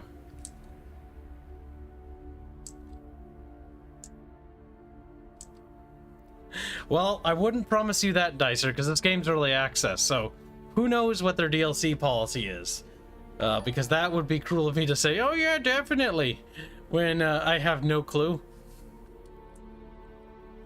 I don't know. I don't know what their DLC policy is, but if the game is good enough to stand on its own 2 feet without any DLC, Stellaris is definitely not. Like, anyone that fucking says you don't need the DLC for Stellaris is coping and seething. It is such a pile of shit without the DLC, and then you get all of it. And you get like a mediocre, half-baked, like 4X real-time strategy game that has terrible space combat, terrible empire management. Like, the empire management is so bad in that game, it's not even funny. It's like, you can have like sectors, and you can assign governors to the sector to like manage the planet for you. It's like, oh yeah, so they're gonna build the planet horribly and the planet will be worthless. Great. 10 out of fucking 10. Well, then build it yourself. Oh my god. I don't want to fucking micro 8 million little shitty planets. I'd rather fucking jump off a ledge. We will share the proceeds equally. Equity? I don't think so. Precious metals. Our ship has come across a shattered comet that is filled with metals that are extremely rare. The debris field also includes the remains of a precursor ship. Our ship's chief engineer says he thinks he can use the precursor wreck to discover new technology, but only if we give him the proceeds from the metal. Give the engineer credits and hope he discovers something worthwhile. It's really just a dice roll. Elephas, I do know the game. I played it. You can continue to be upset about it, but the game is shit, and we played it not that long ago. It's just not very good. Like, Barch hates it. Fucking I hate it. Fucking Bubbles hates it. Like, it's just shit. It's a shit game. I'm sorry, but like, it's a trash game, and I can't apologize. No, fuck, I'm not sorry. It's garbage. The game actively punishes you for winning. It punishes you for expanding your empire.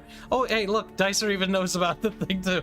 Nothing like you are punished for expanding system, not like expansion is the point of the game. Whoever came up with Empire Sprawl mechanic is an idiot. Empire Sprawl is literally what broke me. Yep, the Empire Sprawl is fucking trash. It is some of the worst fucking shit I've ever seen in my fucking life. It's like, you're expanding your empire? It's like, well, guess what? Your empire's fucking retarded and it's collapsing. It's like... So according to Paradox, the Roman Empire, after defeating Carthage, was like, oh crap, I'm weakening, I'm destabilizing, I'm gonna collapse. And once they took Iberia, you know, and they took Iberia from the fucking Proto-Spaniards, if you want to call them that. They're not really Proto-Spaniards, but they're like barely on the verge of, like, you know, holding up. Like, by the time they take fucking, like, Britain, like the Roman Empire is on the verge of total collapse. It's like, I can't maintain my borders. Like, fuck off. That's so stupid. When you're winning and you're building an empire, I don't want to be punished for it. This is the problem with Total War, and this is the problem with some Paradox games, specifically Stellaris, with the big one, with the Empire Sprawl. the more you win, the better you do, the more you're punished for doing well. That is terrible game design. It's like, congratulations, you're doing really well. By the way, fuck you, here's a penalty. It's like, thanks, game. Total War started adopting that stupid method too. I think it was with Rome 2.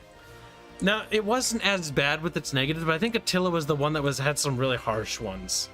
Where it's like, you build a building, and it's like, look, I built you this amazing building, and your people are like, oh my god, look at how clean it is. We're literally improving as a society and becoming more profitable and getting more money. And they're like, well, basically we're about to revolt, and also we, like, lick the shit off of our toilet seats because, you know, we're all diseased now. That's retarded. That is retarded. And anyone who defends it is a fucking retard. You're stupid. Like, jump off a bridge. Like, Jesus Christ, Empire Sprawl is the worst mechanic I've ever seen in my life.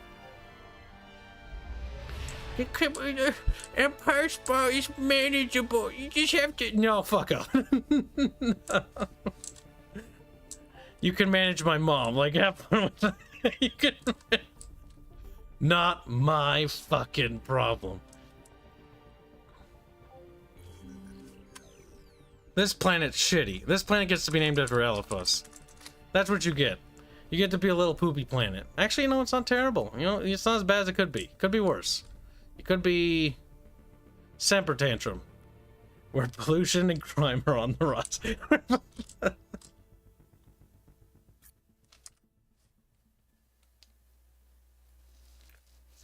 The only series Total War I like is Warhammer. That's it, Dicer. You're going into the dumpster too. It's like, no, because I love Warhammer.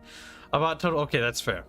I bought Total War 3 when it premiered, played Corn for 30 minutes, and returned the game because it was so boring. It is boring. Like, come on. We deserve better. Like, seriously, guys, come on. We deserve better, and it shouldn't be something that we should be afraid to say. That's like for Stellaris. We deserve better. Stellaris had...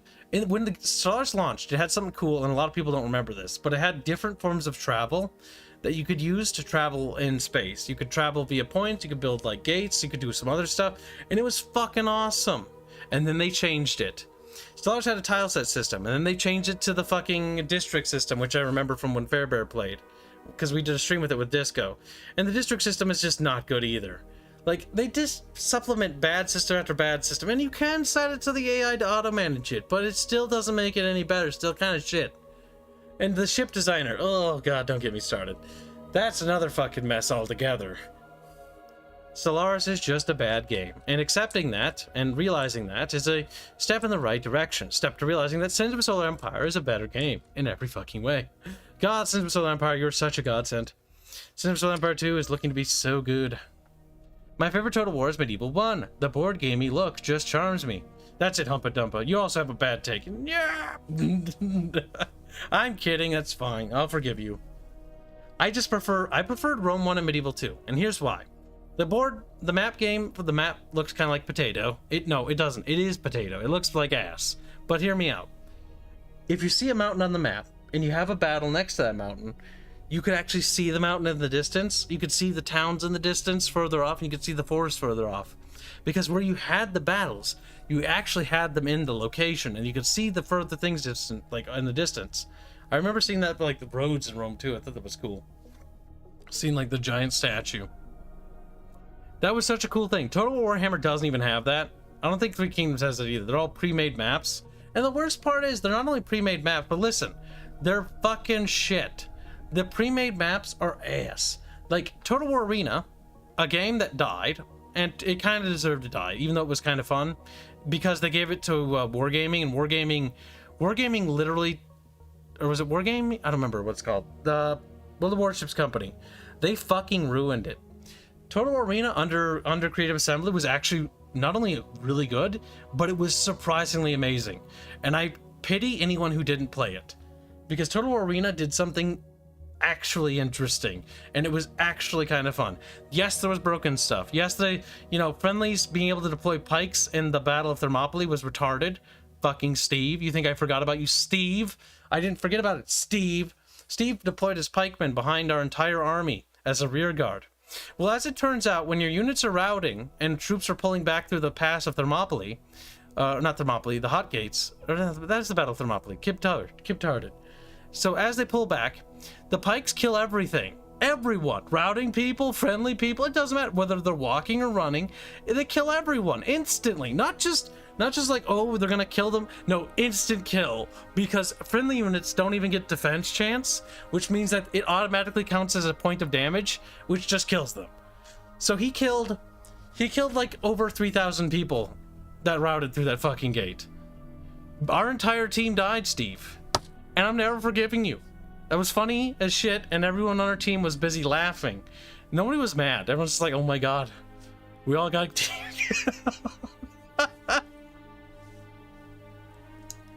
It was amazing.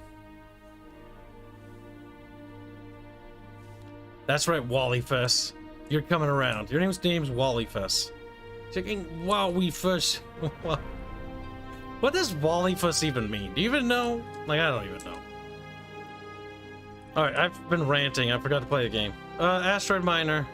Need to go mine stuff.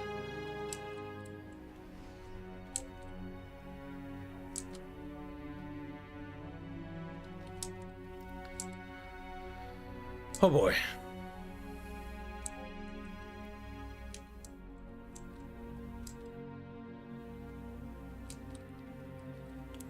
We're not doing too shabby, honestly.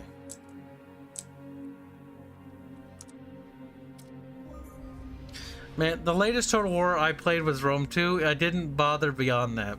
Rome 2 got better after all the expansions and updates.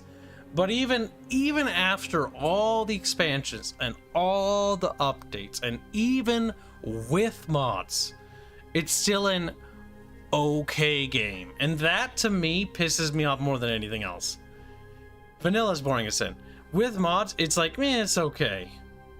Like, I get bored of it after, like, turn 20. Like, it's just dumb. And Attila's the same way! It's at my favorite historical time period. The migratory period. Yet it's one of the most fucking awful Total Wars because it's so fucking unhinged and like unoptimal and terrible and like poorly designed, and the AI is awful, and the migratory mechanic doesn't even work right because enemies just pick up and migrate again with armies. So if you wipe out their cities, they just fucking migrate. Like any other armies, instantly turn into migration armies, which is like, that's not how that works. That army requires a supply train to stay fed. It doesn't just instantly become a fucking migrating horde, you stupid fuck. Oh my god, I'm so mad about it.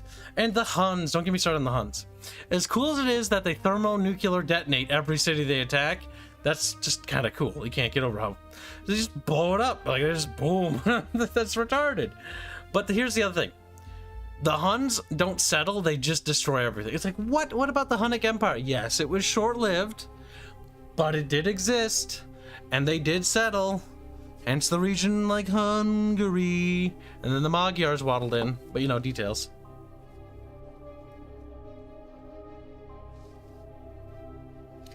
Total Arena was actually really cool, and I think if it stayed under Creative Assembly, it could have remained cool.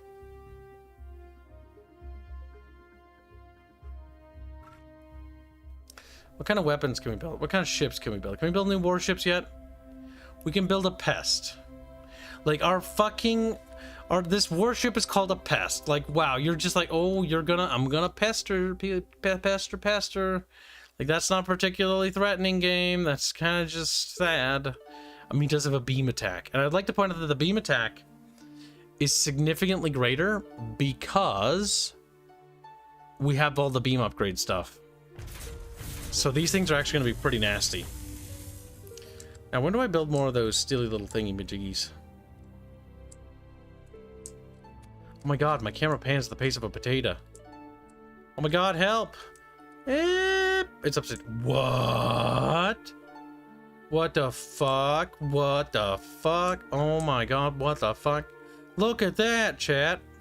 Oh my god, look! Oh, that's so cool! Okay, that's the... Oh my god, that's how it works. I was right! I was right! That is how that works. Fucking... Jesus. Alright, so... These are other sectors. Okay, like how does that work? Is it just like, oh, there's like little portals there. Little slip gate. And then it connects that to there via a portal. That's cool. You know what I like about that? That you could literally mod like Star Trek Deep Space Nine with the idea of like, or yeah, that's kind of cool. Because then you could be like different sectors of the galaxies. That makes so much sense for Star Trek because that's how Star Trek works. Because then there's like the fucking Delta Quadrant or whatever, the Gamma Quadrant, I don't know. Leave me alone, I don't remember how it is. There's the main quadrant of the galaxy, which is where the Klingons, all the retards are, right? Then there's where the Borg are from, and then there's where the Dominion is from. And they're from different sectors of the galaxy.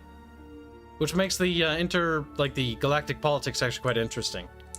Because different quadrants have their own, like, powerhouses. Like, the Federation becomes the powerhouse of, well, sort of, close to the powerhouse of our quadrant, but they're actually, like, big powerhouses in the other blocks of the galaxy. Attention, Bajoran workers. Yeah, that's cool. So we got, like, these are the sectors. So that's, what do you think of that, chat? Do you like that? I like that. I like how it's broken into sectors, so then you can be like, okay, you control this, and then there's little choke points that you can worry about, too. That's why my camera was panning so slow. No, it's just panning slow. Okay. You know, fair fucking enough, I suppose. Yeah, I'm really digging that. Well, the black hole looks cool.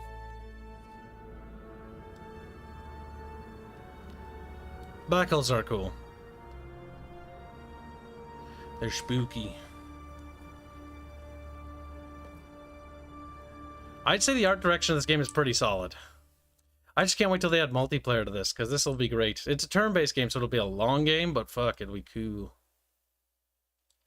Alright, so that's cool. I'm really digging that.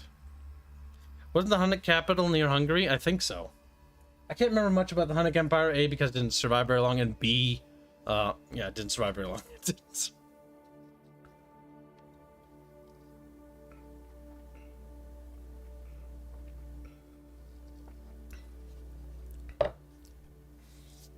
If they ever make a Stellaris 2, I hope they do a better job of actually making it more like you're a leader of a galactic empire. And fix the diplomacy. The diplomacy's so, like, there's so many options, but, like, they don't have the personality. Like, the Yor in this, like, I have a feeling like I connect with them. A, because all the races in this game are named unless you handcraft them. Because you can handcraft your own race. As a game, you can build custom races. But the handcrafted race system is actually really cool, because I can, like, oh, you know, it's the fluffy cheeseburger people. You know, because they become characters.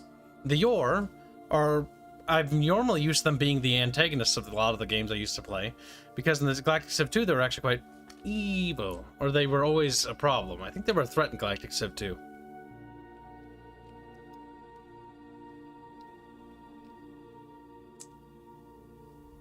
I'm not quite sure how the sectors work still. He's still the only guy I have contact with. We should financial help. We would like to offer you financial. Okay, just seeing what we have.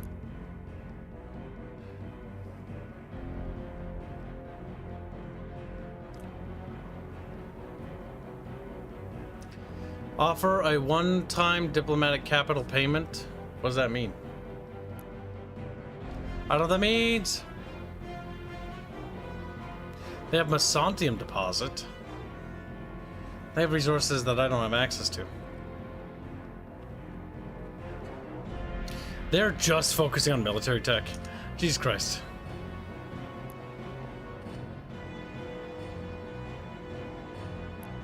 Well, they like talking to me.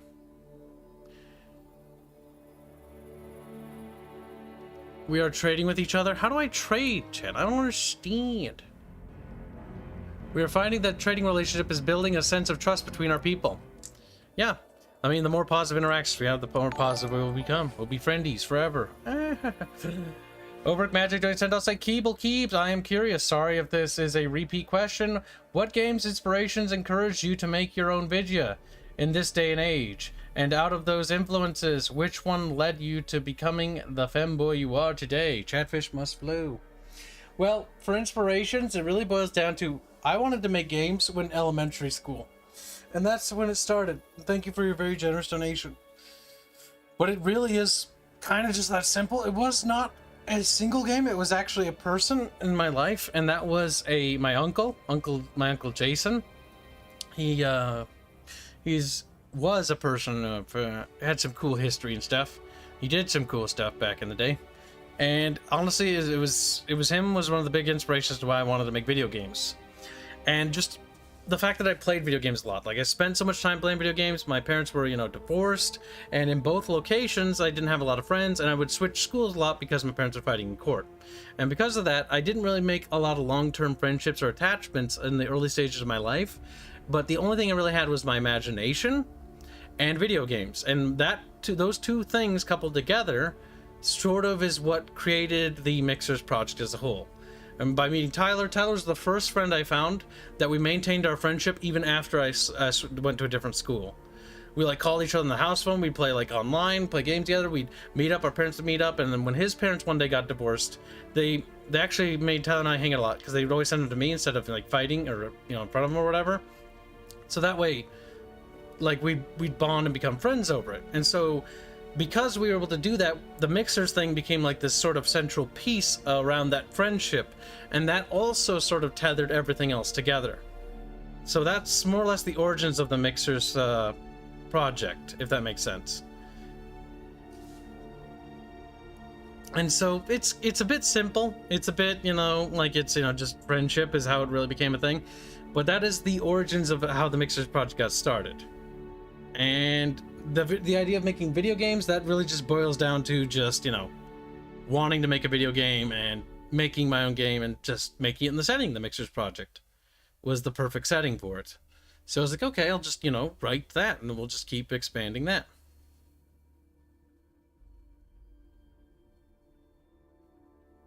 So this is the origins of how Kibs got bred the first time. Not quite. And then I just ended up doing YouTube in about 2010. Tyler and I came up with the idea called Project Recognition. Project Recognition entailed the idea of how to expand people's interest into the IP when we don't have anybody on our side and anybody that's going to be helping us. It's well, the only way to win people over is to show them, is to earn that trust, because trust and that kind of bond has to be earned in the same way our friendship was. So that same idea, that same philosophy behind that became the core idea of Project Recognition, the idea of creating a community, the idea of getting exposure and making connections and networking was all tethered to it. Shut up, Tyler exists. He doesn't show up on this channel ever because he's busy, because he has kids now. But we meet him regularly in the fucking dev meetings. You little muppet. You little muppet. But that is the Mixers project's origins, at least, and how it became a thing. All right, it's time to save dough, I think. And thank you for your generous donations. This is actually really cool. I really like this game. This is way better than GalCiv 3 so far.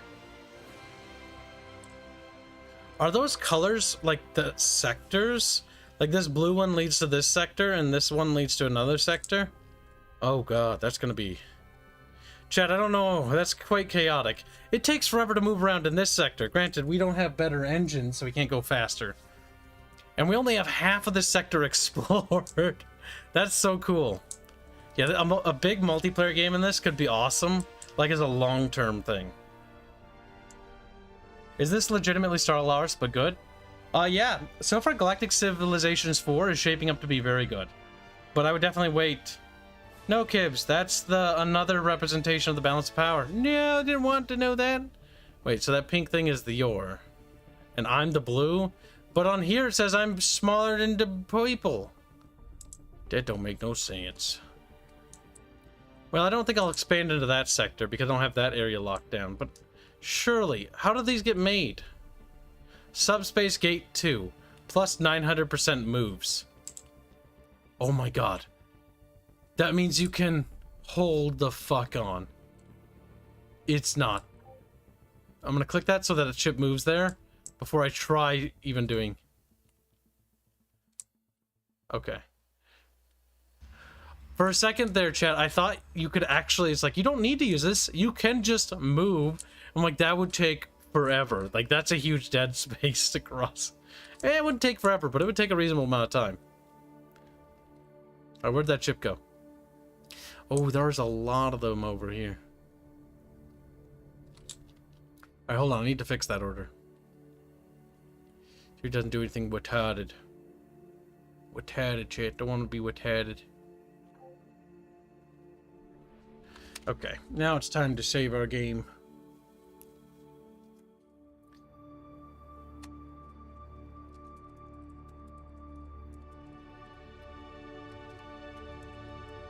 Yeah, emphasize that. Yeah, so far I'm actually enjoying this. We got a decent start to our little empire. I'm surprised we're in the first for a lot of things. We are dropping in manufacturing power. That's because I think I'm dropping the ball on the planet building. The top bars over the sectors is the influence. No, well, I know that now. Well, I guess you're right. I guess, I mean, Kibs doesn't know nothing about this game. Big sad. So there's two other races here. I'm the pink, I'm the small one. No, but the colors, he's pink and I'm that color. That feels inverted, honestly. That's interesting. Well, yeah, I'm digging this game so far. This might be my new 4X game. I might have a 4X turn-based game again. Crazy, I know. Let's go back to the main menu and look at something. I don't think there's anything here. Oh my god, do you have multiplayer already? What? There's multiplayer already? Fick. Yeah, look at that. To have the max size Galaxy, you have to have like a big GPU. Oh, you can set the difficulty. That's only 32 gigabytes. That's half of my GPU. An 8-core CPU? Oh my god, I don't think I have that. Oh, I have 12. Never mind. I lied to you. I think I have more, but I guess. I lied to you. This game's cool. I just can't wait till it's on Steam and not on Epic. Because I think that's the biggest downside for me. Like, if I wasn't doing streaming, I would not have picked this up. If I wasn't a full-time streamer. I would have waited. But I'm still going to have to pick it up on Steam, aren't I? Yeah, pretty much. Look at this. This is the Epic Store, by the way. It's shit. Like, it still sucks. Like, this library, trash. The store page, trash. Like, look at this. Like, what even is this? What is this layout? What the fuck is this? I hate it. I hate it so much. I only have 2 games I care about in here. Not that one, and not that one. This, I cannot wait for Sins of Solar Empire and Galactic Civ 4 now. 2 space games. Yay. Shut the fuck up. We stream that for memes and monies. You don't get to judge me. I get to judge you. Alright, chat. What we're going to do in but a moment's time, you little bucket fish, is we're going to be in a Warno stream. So we'll be playing Warno. Prepare yourselves for incredible waves of salt that you have not yet fathomed. The salt will be glorious. And the best part is, chat, it will be our salt. Oh, yes, feast upon it. You're like, no.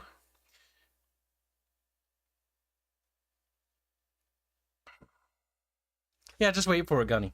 Keep it on your wish list. Can you go into Sins while waiting? We will stream it again. It's not really worth streaming right now. They just added star bases. It needs more work. Barge is here. It's time for us. For you. It's time You're for Warno. No! I was just telling Chad about Galactic Civ 4 and Sims Empire 2. Kyle, allow me to whisper something into your ear real quick. What's that? Epic simp. Listen, you son of a bitch. I do it for money. And it works out. Allow me to amend my previous statement. Epic whore. That's better. Overworked match, I do 275 cents. I see Magic Genshin Impact on Kibs Dash. I thought you were based. Listen, that was Arch's fault. That was Arch's fault. No. Oh, God. All right. Well, we're going to get ready for Warno, chat. So we'll see you in Warno in like... played Genshin Impact. We'll see you in Warno in a few minutes. Be right back in the next stream. Be.